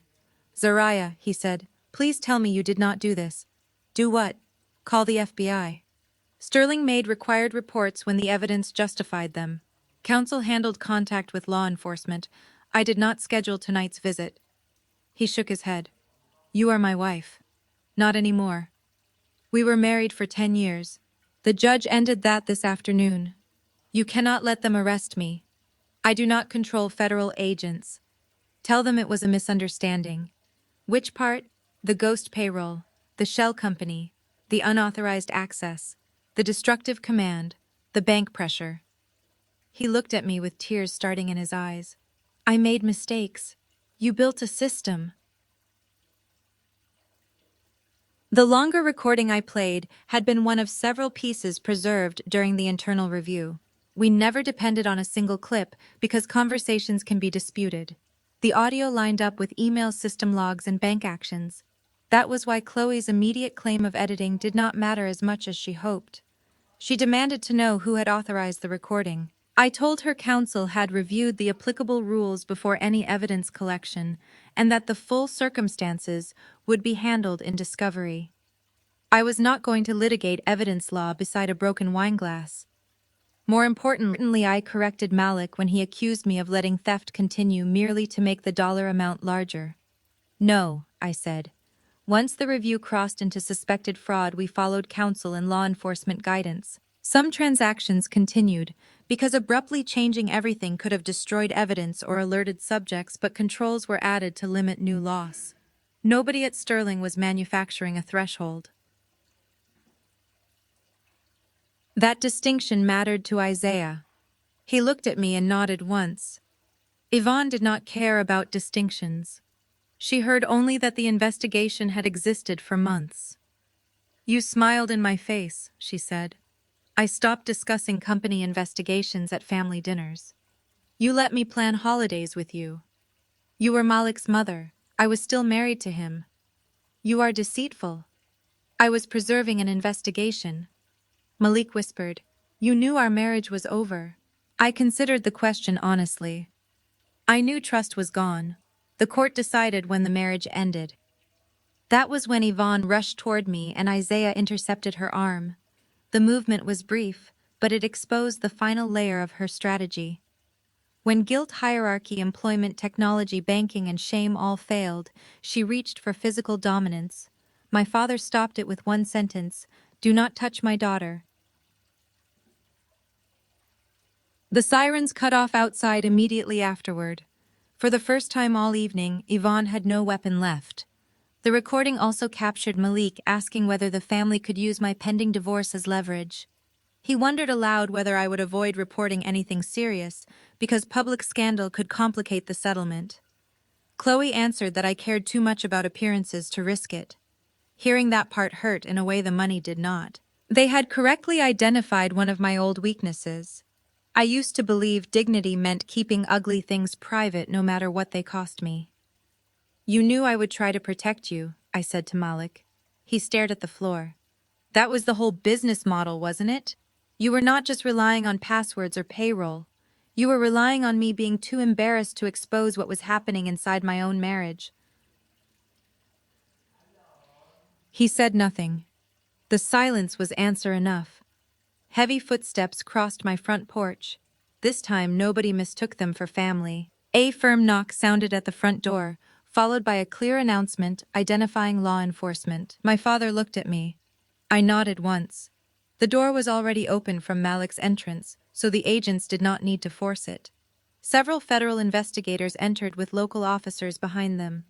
Their movements were controlled and professional, not theatrical. One investigator asked who owned the residence. I raised my hand. I do. He confirmed my identity, then showed the relevant paperwork to me and my father. I did not read every line. I did not need to. Counsel had warned us that once the referrals became active, investigators would move on their timetable, not ours. Yvonne began shouting before anyone addressed her. "This is a private family matter. You have no right to storm into my son's wife's house." I corrected her automatically. Former wife's house. An officer asked everyone to keep their hands visible and remain where they were. Kendrick sat perfectly still on the stool. Chloe reached for her phone. "Ma'am, leave the phone on the counter," an investigator said. "I am calling my attorney. You will have an opportunity to contact counsel. For now, please leave the device where it is." She complied, though every muscle in her face resisted. Malik moved toward me.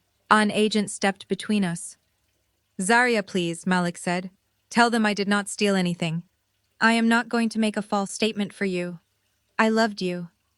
The sentence almost made me angry. Not because I missed him, because he was still trying to turn love into an exemption. "You did not love me for 10 years, Malik," I said quietly.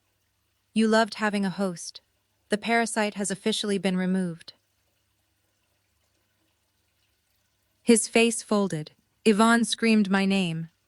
An investigator began reading Malik the scope of the warrant and instructions related to devices and records. Another approached Kendrick.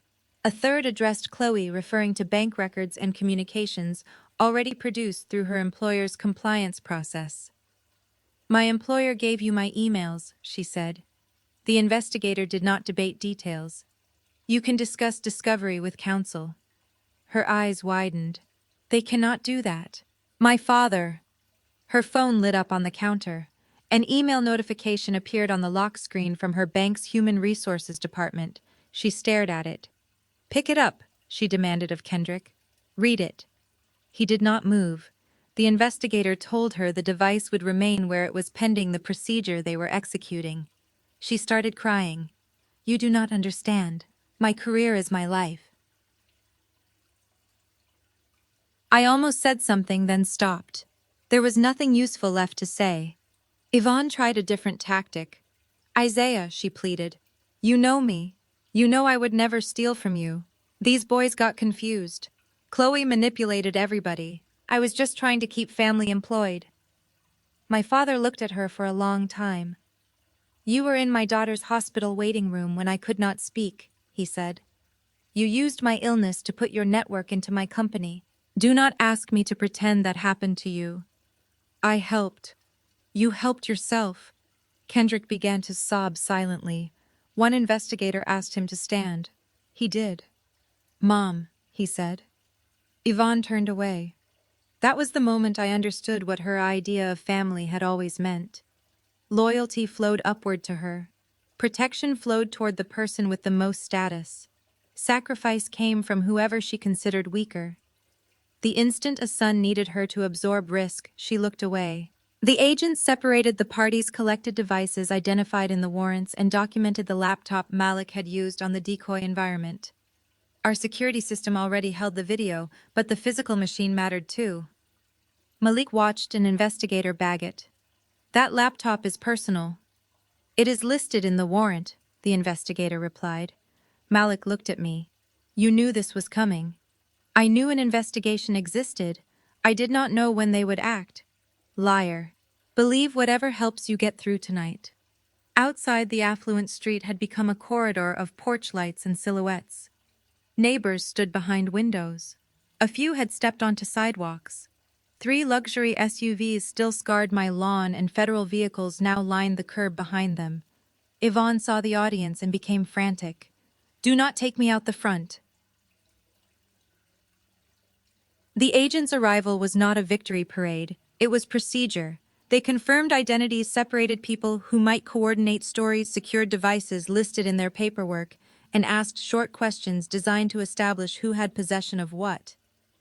That professionalism made the scene more frightening for Malik than shouting would have. He kept looking at me as though I had a secret command that could make everyone leave. During our marriage, I had fixed problems for him so often that even handcuffs looked like another inconvenience I could manage if I chose.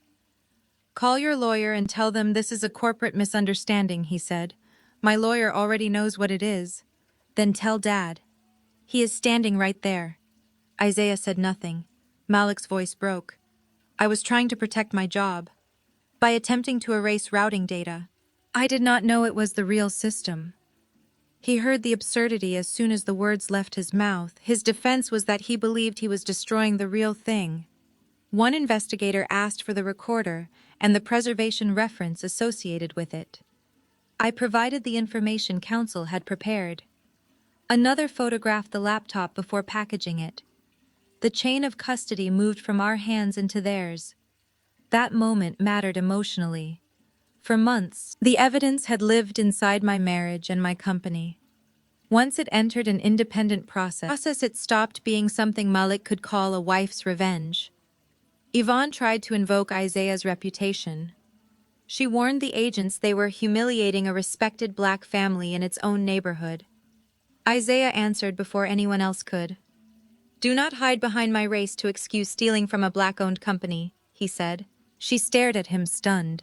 He had finally denied her the moral shield she expected him to provide. One agent separately confirmed that the warrants did not turn every person in the house into a convicted criminal. That reminder mattered because Yvonne immediately started yelling that I had already sentenced them. I told her I had done the opposite. I had stopped deciding privately what consequences should be, and handed evidence to systems designed to evaluate it. Malik hated that answer. Private family negotiation had always favored him because he could exhaust me, invoke marriage, and bring Yvonne into the room.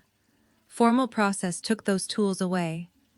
The agents asked me not to discuss substantive evidence with the subjects once they began their work. I complied. From that point, when Malik begged for explanations, I repeated one sentence: "Talk to your lawyer." It felt colder than arguing. It was also healthier. No one responded to the request. She had spent years weaponizing appearances. Now appearance was the one thing she could not control. The first person escorted outside was Kendrick. He did not resist. He looked smaller than he had when I arrived home, his shoulders rounded, his face wet. An officer guided him toward a waiting vehicle, while neighbors watched in stunned silence. Yvonne came next, protesting every step. "I am a respected woman in this community," she shouted. "Call my pastor, call my attorney, call somebody who knows who I am." The officer beside her remained expressionless. That was the cruelest possible response for someone whose identity depended on being recognized. Chloe was still inside when her phone lit again. This time, the investigator allowed her to see the subject line without handing over the device. Employment status, immediate suspension. Her knees nearly buckled. "No." She looked at me as if I had typed the email myself. "You had me fired. I do not work for your bank. Your father bought our debt. You threatened them.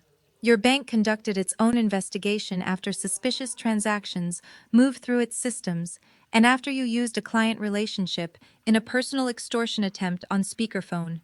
If they suspended you, ask them why." She shook her head wildly. "My father will fix it." An investigator said, "Your institution has been cooperating and preserving relevant internal communications. Questions about its employment decisions go to the institution. Questions about evidence go through counsel." The message was clear, even without drama. Her family name was not a shield. The bank was protecting itself. Chloe started shouting for her lawyer as she was escorted outside. Malik was last. He had stopped crying. Rage had replaced fear. As an agent guided him toward the door, he twisted back toward me. "You think this divorce is over?" he shouted. "I will tie you up in court for years. I will challenge everything. I will take half your company, half the house, half every dollar you have. You will spend more fighting me than you ever would have spent giving me the 15%. I almost smiled. "Malik," he kept shouting, "I am not finished with you." I walked to the entry table and picked up a manila envelope. "Malik." This time he stopped. I held up the envelope. "Do you remember what you signed yesterday morning?" His expression changed.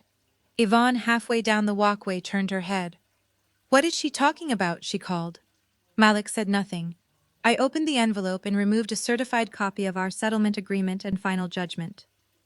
"You wanted an expedited, uncontested divorce because you did not want discovery into finances, corporate access, or legal fees dragging into another month. Your attorney negotiated the waiver language. You signed it voluntarily with counsel. The court incorporated it into today's final judgment. That does not mean anything. It means you waived spousal support, disclaimed ownership in my separately held property, confirmed you had no equity interest in Sterling Global, released claims to my premarital and inherited assets, and accepted the property division listed in the decree." His face hardened.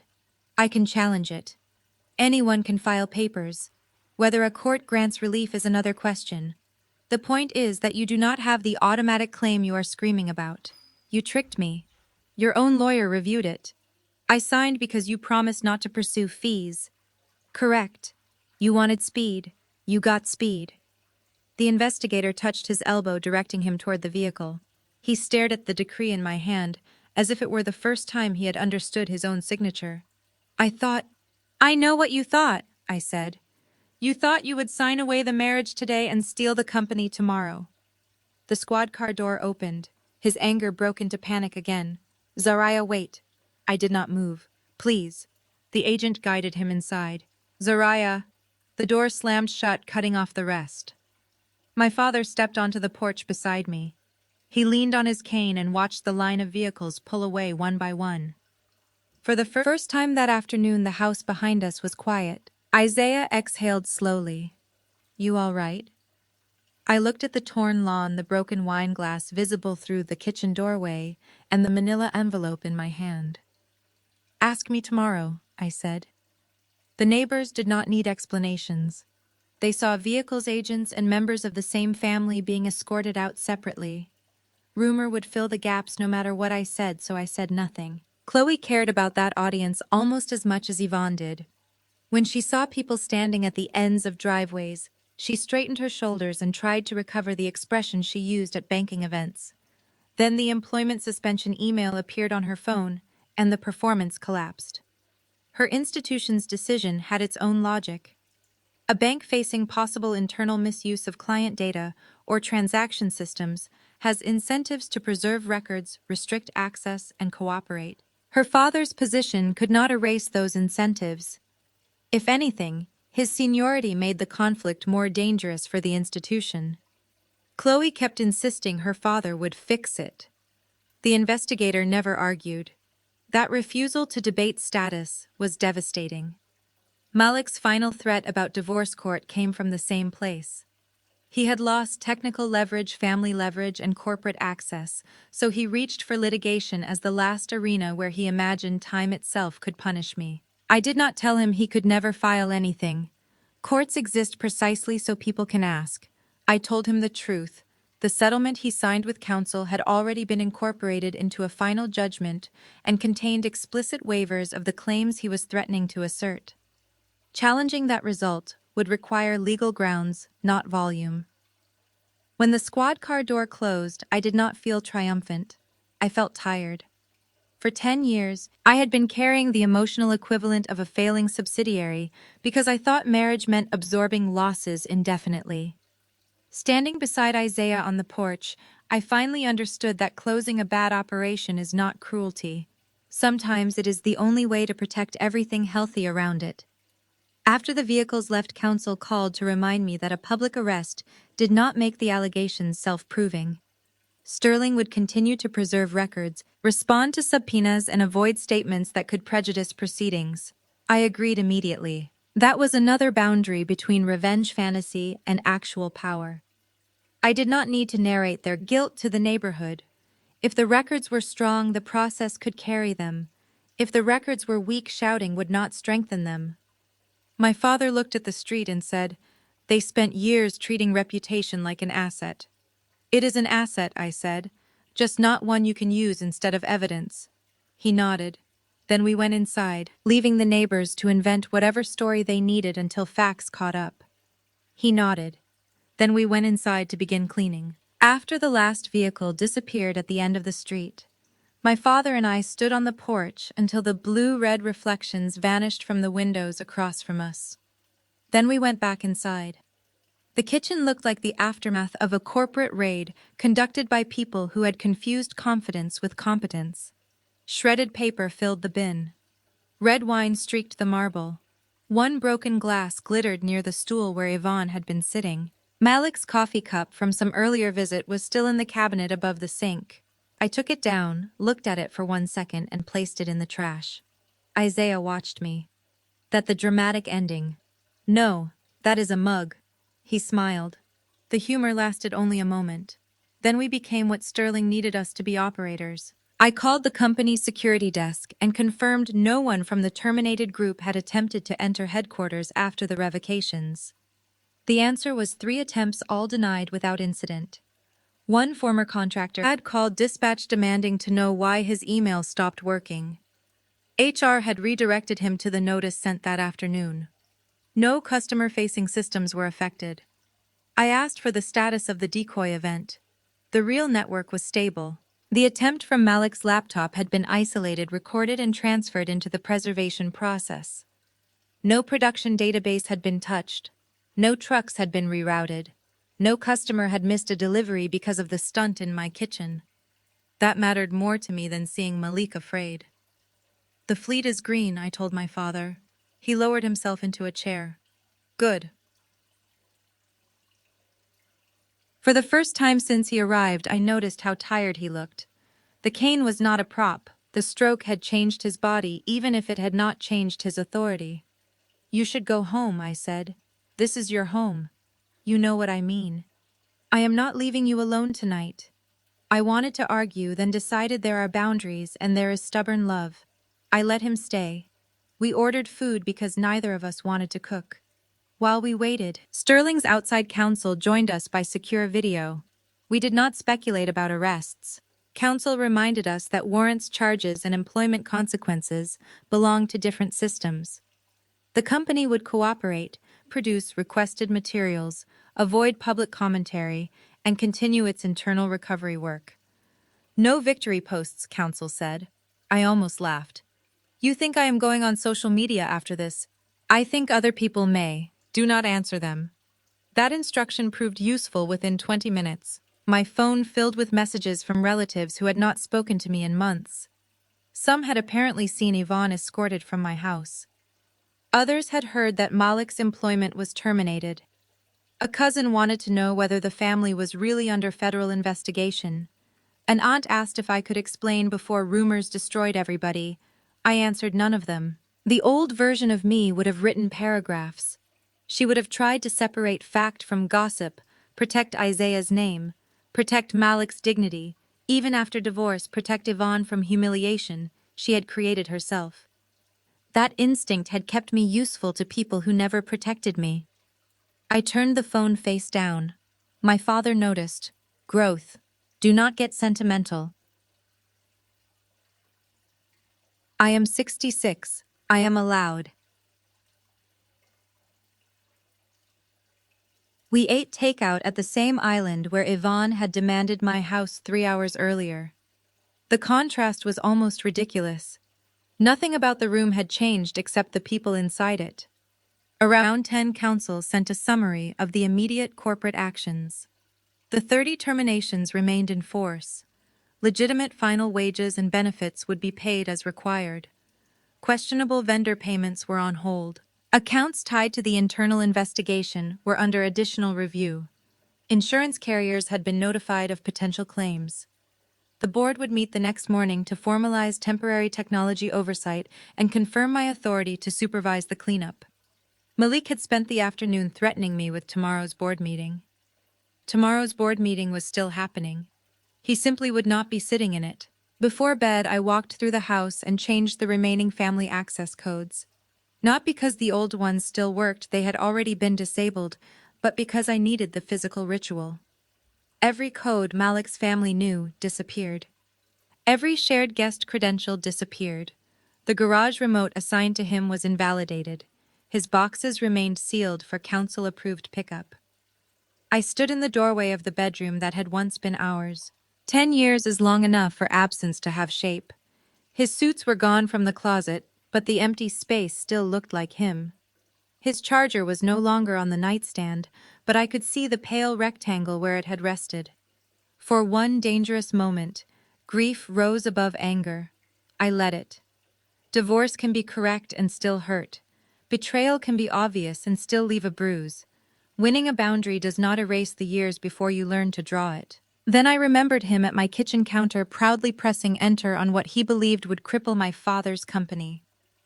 The next morning I also authorized an independent review of my own decisions during the period when the 30 hires were approved.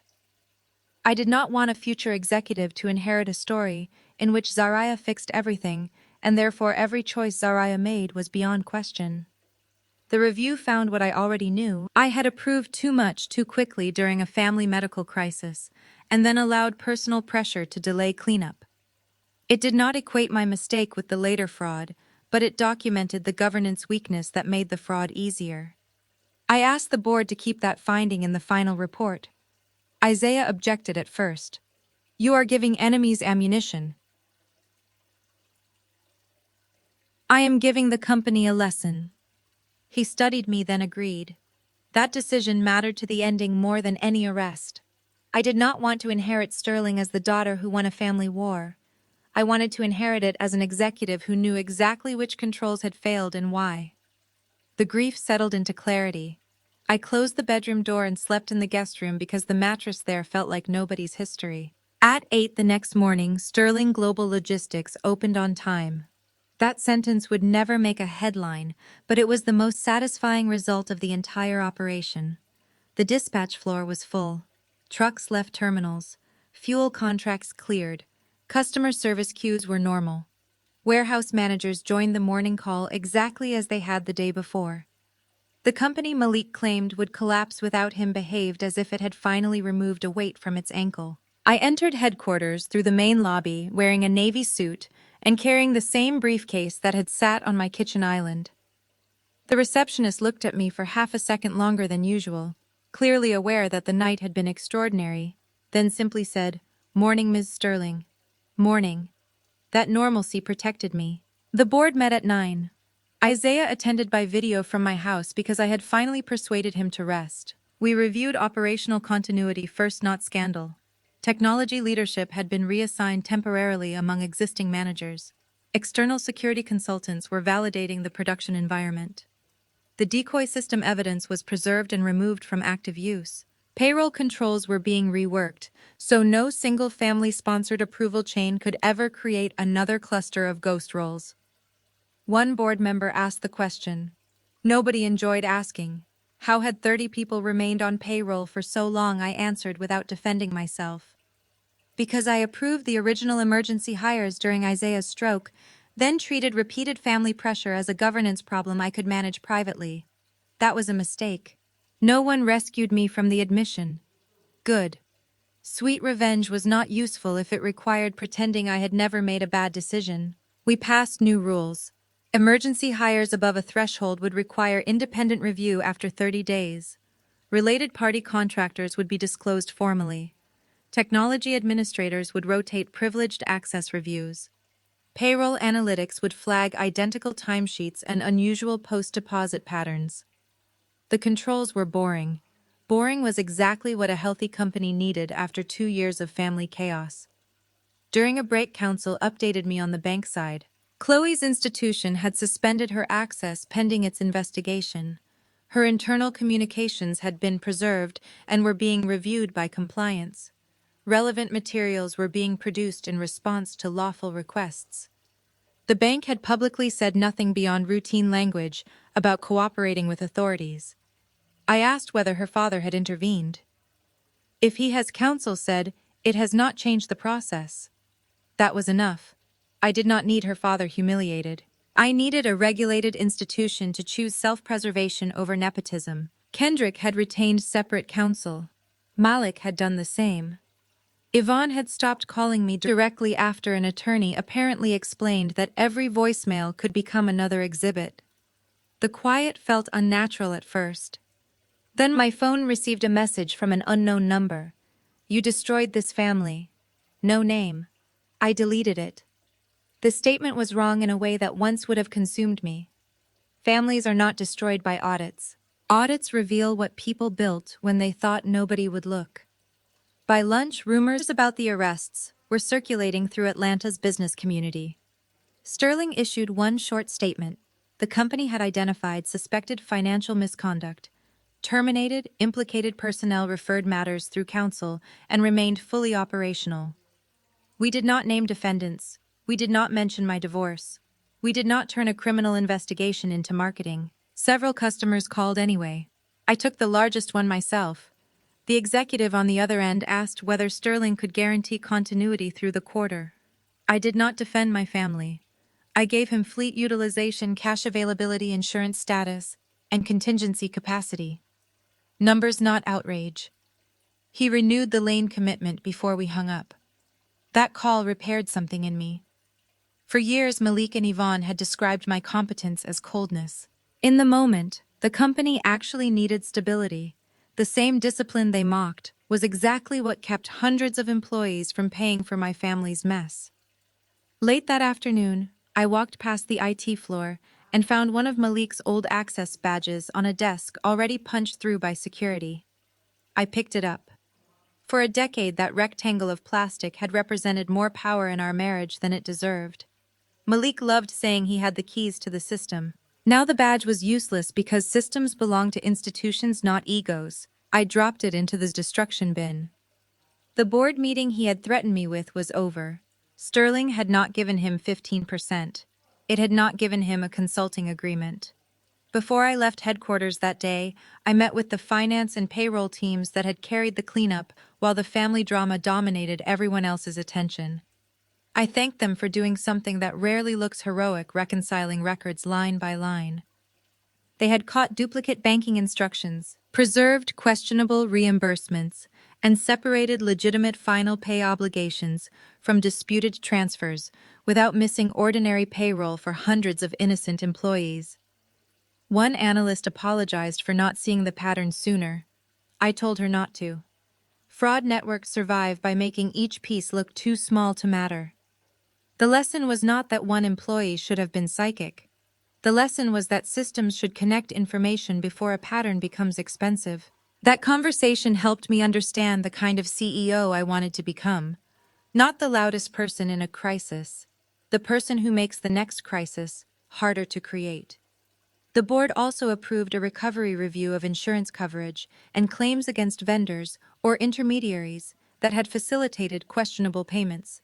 I insisted that recovery decisions be based on expected value, not anger. Spending $500,000 in legal fees to chase a symbolic $100,000 would not make Sterling righteous.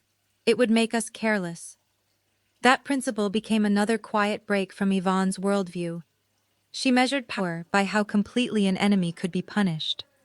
I wanted Sterling to measure decisions by whether they made the company stronger after the emotion passed. It had not begged him to return. It had simply continued. The legal fallout did not happen in one cinematic afternoon. It unfolded through filings, interviews, negotiations, and the slow conversion of records into consequences. That was less dramatic than Yvonne being escorted across my lawn, but more permanent. Within the following weeks, Malik and Kendrick faced federal wire fraud exposure tied to the payroll transfers and the offshore structure. The precise counts changed, as counsel reviewed transactions and prosecutors narrowed theories. I learned not to treat every early allegation like a final verdict.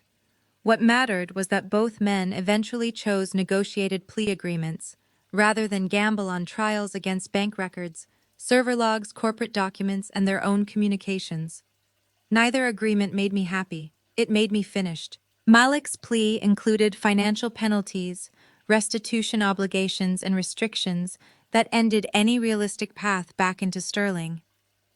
Kendrick's cooperation affected how his case was resolved, but it did not erase his signature from the company documents or his role in the transfers. He had spent the night in my kitchen trying to decide whether he was a victim or a participant. The legal system forced him to answer that question with counsel instead of family. Yvonne's consequences were messier because she had spent years mixing personal finances with money flowing through the scheme.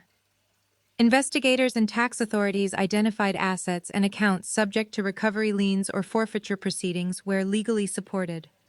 Court-ordered restitution and tax obligations consumed much of what she had treated as permanent wealth.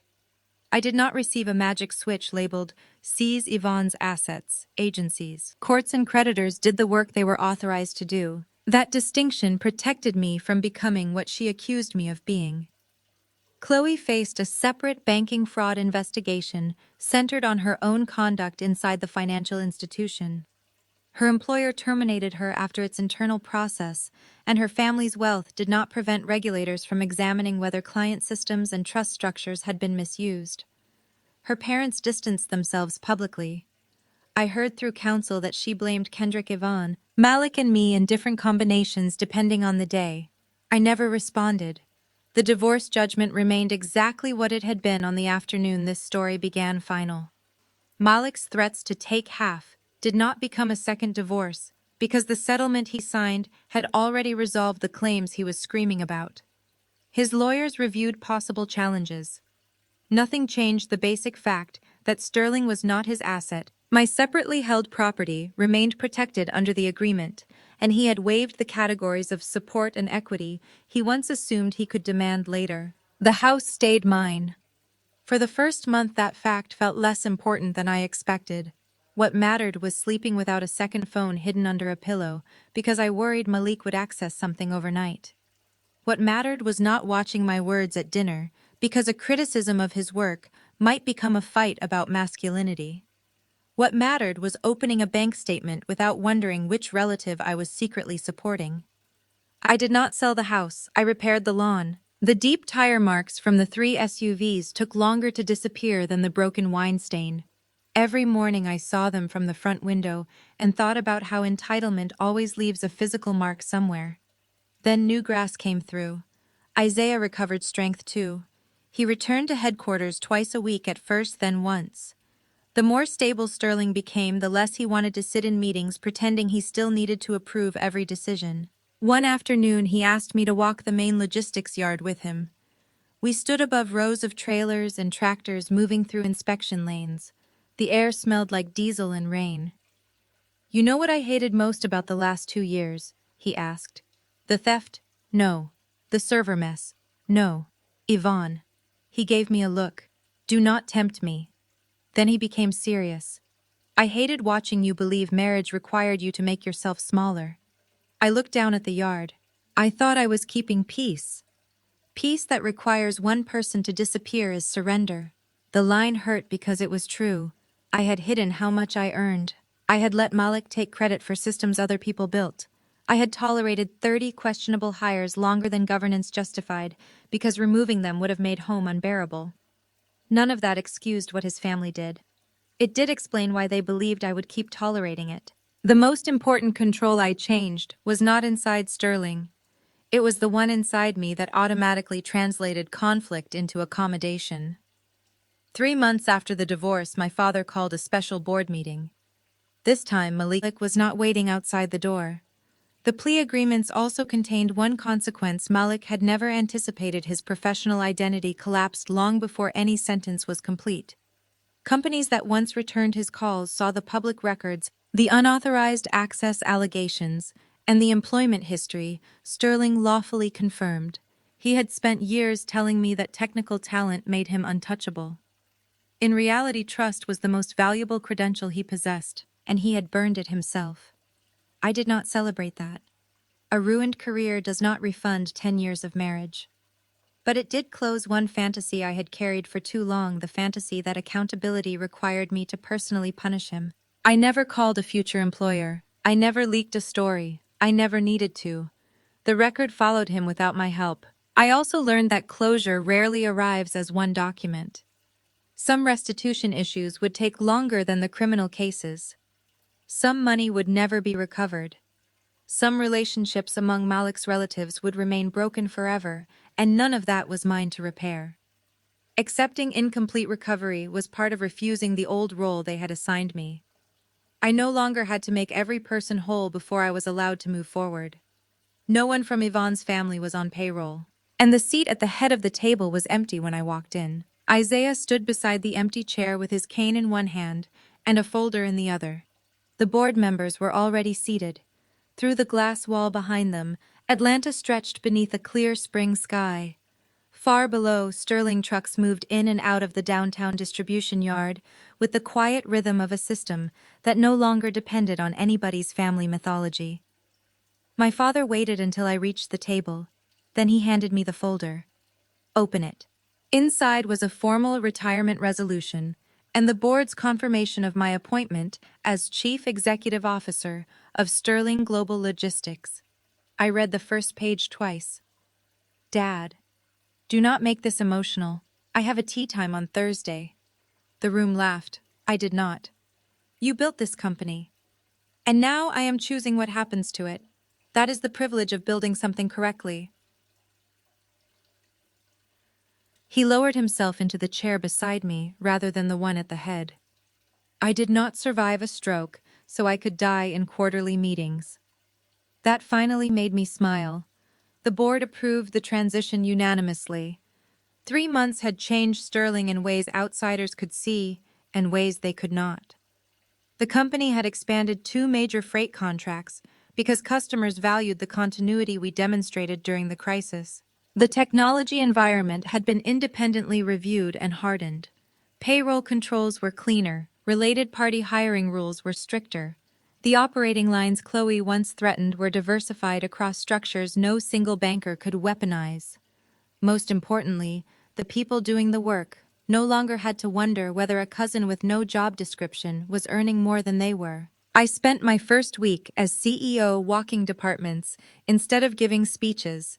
Dispatch, fleet maintenance, claims, finance, warehousing, cybersecurity. Drivers who had never attended a board meeting told me which processes wasted their time. Supervisors who had watched Malik swagger through headquarters for years were careful when they spoke about the scandal, so I told them the rule was simple: talk about systems, not gossip. Sterling did not need revenge culture, it needed standards. The legal cases continued outside the building. Malik and Kendrick's plea agreements became part of the public record. Yvonne lost much of the lifestyle she had built around money that was never truly secure. Chloe faced her own trial path and professional consequences. Their lives did not freeze at the moment they left my driveway. Consequences kept moving according to institutions I did not control. That distance became a part of my freedom. I stopped checking for updates unless counsel said something required my attention. I blocked Yvonne after one final voicemail in which she told me I had stolen her sons from her. I did not call back to explain that grown men are responsible for their own signatures. I blocked Malik after counsel confirmed there was no reason for direct communication. Kendrick never contacted me again. Chloe sent one email demanding a public retraction, and my attorney handled it. Silence replaced the constant emergency. On the afternoon I signed my first acquisition agreement as CEO. I stood at the window of the corner office holding the pen over the last signature line. The deal was worth more than anything Malik had ever managed during his years at Sterling. For a second I thought about the old version of me. She would have signed, gone home, and described the transaction as a busy day so her husband would not feel threatened. She would have let him explain technology to her over dinner while hiding the fact that she had just moved 8 figures of capital. I signed my full name without shrinking the letters. Zariah Sterling. The pen clicked shut. My father appeared in the doorway wearing golf clothes instead of a suit. "Done?" he asked. "Done. Good deal. Very." He nodded as if I had told him the weather. "Then come downstairs. The drivers are grilling in the yard, and somebody told them the new CEO thinks she is too important for a paper plate." "Who said that?" "I protect my sources." We walked out together. On the elevator, I caught my reflection in the mirrored wall. 3 months earlier, I had stood outside a courthouse, wondering how much of myself would return once my marriage ended. I had thought freedom would feel explosive. It did not. It felt quiet. It felt like knowing no one had a secret admin credential to my life. It felt like understanding that patience and weakness are not the same thing. Patience watches. Patience documents. Patience waits until action will matter. Weakness surrenders the boundary because someone else becomes loud. For 10 years, Malik's family mistook my patience for permission. Yvonne thought motherhood gave her ownership over my decisions. Kendrick thought a signature was harmless if his mother asked for it. Chloe thought banking pedigree made her untouchable. Malik thought access to my father's servers meant access to my father's legacy. They were all wrong for the same reason. They thought power was the ability to make another person smaller. Real power was much less theatrical. It was a clean contract, a preserved log, a board that functioned when one person disappeared, a father willing to hand over the company because his daughter had already earned the work, a house where nobody entered without permission, a life that did not need a fragile man's approval to be called successful. At the yard, employees were gathered around folding tables while smoke lifted from the grills. Nobody applauded when I arrived. Nobody needed to. Someone handed me a paper plate. Another person asked whether the acquisition meant new warehouse shifts. A driver complained about a dispatch app update. Normal problems, healthy problems, mine to solve. I looked across the yard at the Sterling Global logo painted on the side of a trailer and thought about the afternoon Yvonne sat in my kitchen, demanding 15% of it for her son. She had believed the company was a family prize. It was never a prize. It was thousands of jobs, contracts, vehicles, customer promises, and years of decisions made by people who actually showed up. That was why I protected it. Not because I wanted revenge. Because I finally understood my worth well enough to stop subsidizing people who treated my patience like weakness. Later that evening, after the grills cooled and the yard emptied, I returned to the corner office alone. I placed the final divorce decree in a locked drawer beside the first major Sterling contract I had negotiated years earlier. One document marked what I had ended. The other reminded me what I had built. For the first time, the second mattered more than the first. Before leaving the office that night, I opened the old emergency hiring spreadsheet from the week of Isaiah's stroke. 30 names stared back at me from a file that once represented panic guilt and the belief that saying no would make me a bad wife. I archived it with the final audit report rather than deleting it. I wanted the next leader who faced a family emergency to see how quickly compassion can become a control failure when nobody schedules the second review. Then I closed the file and shut down my computer. The lesson was preserved. The crisis did not need to be. If there is one thing I learned, it is this: never make yourself smaller to keep someone else comfortable with your success. Protect what you build. Put important promises in writing. Pay attention when love starts demanding access instead of offering respect. And when somebody mistakes your silence for surrender, you do not have to scream to correct them. Sometimes all you need is the right record, the right boundary, and the courage to sign your own name.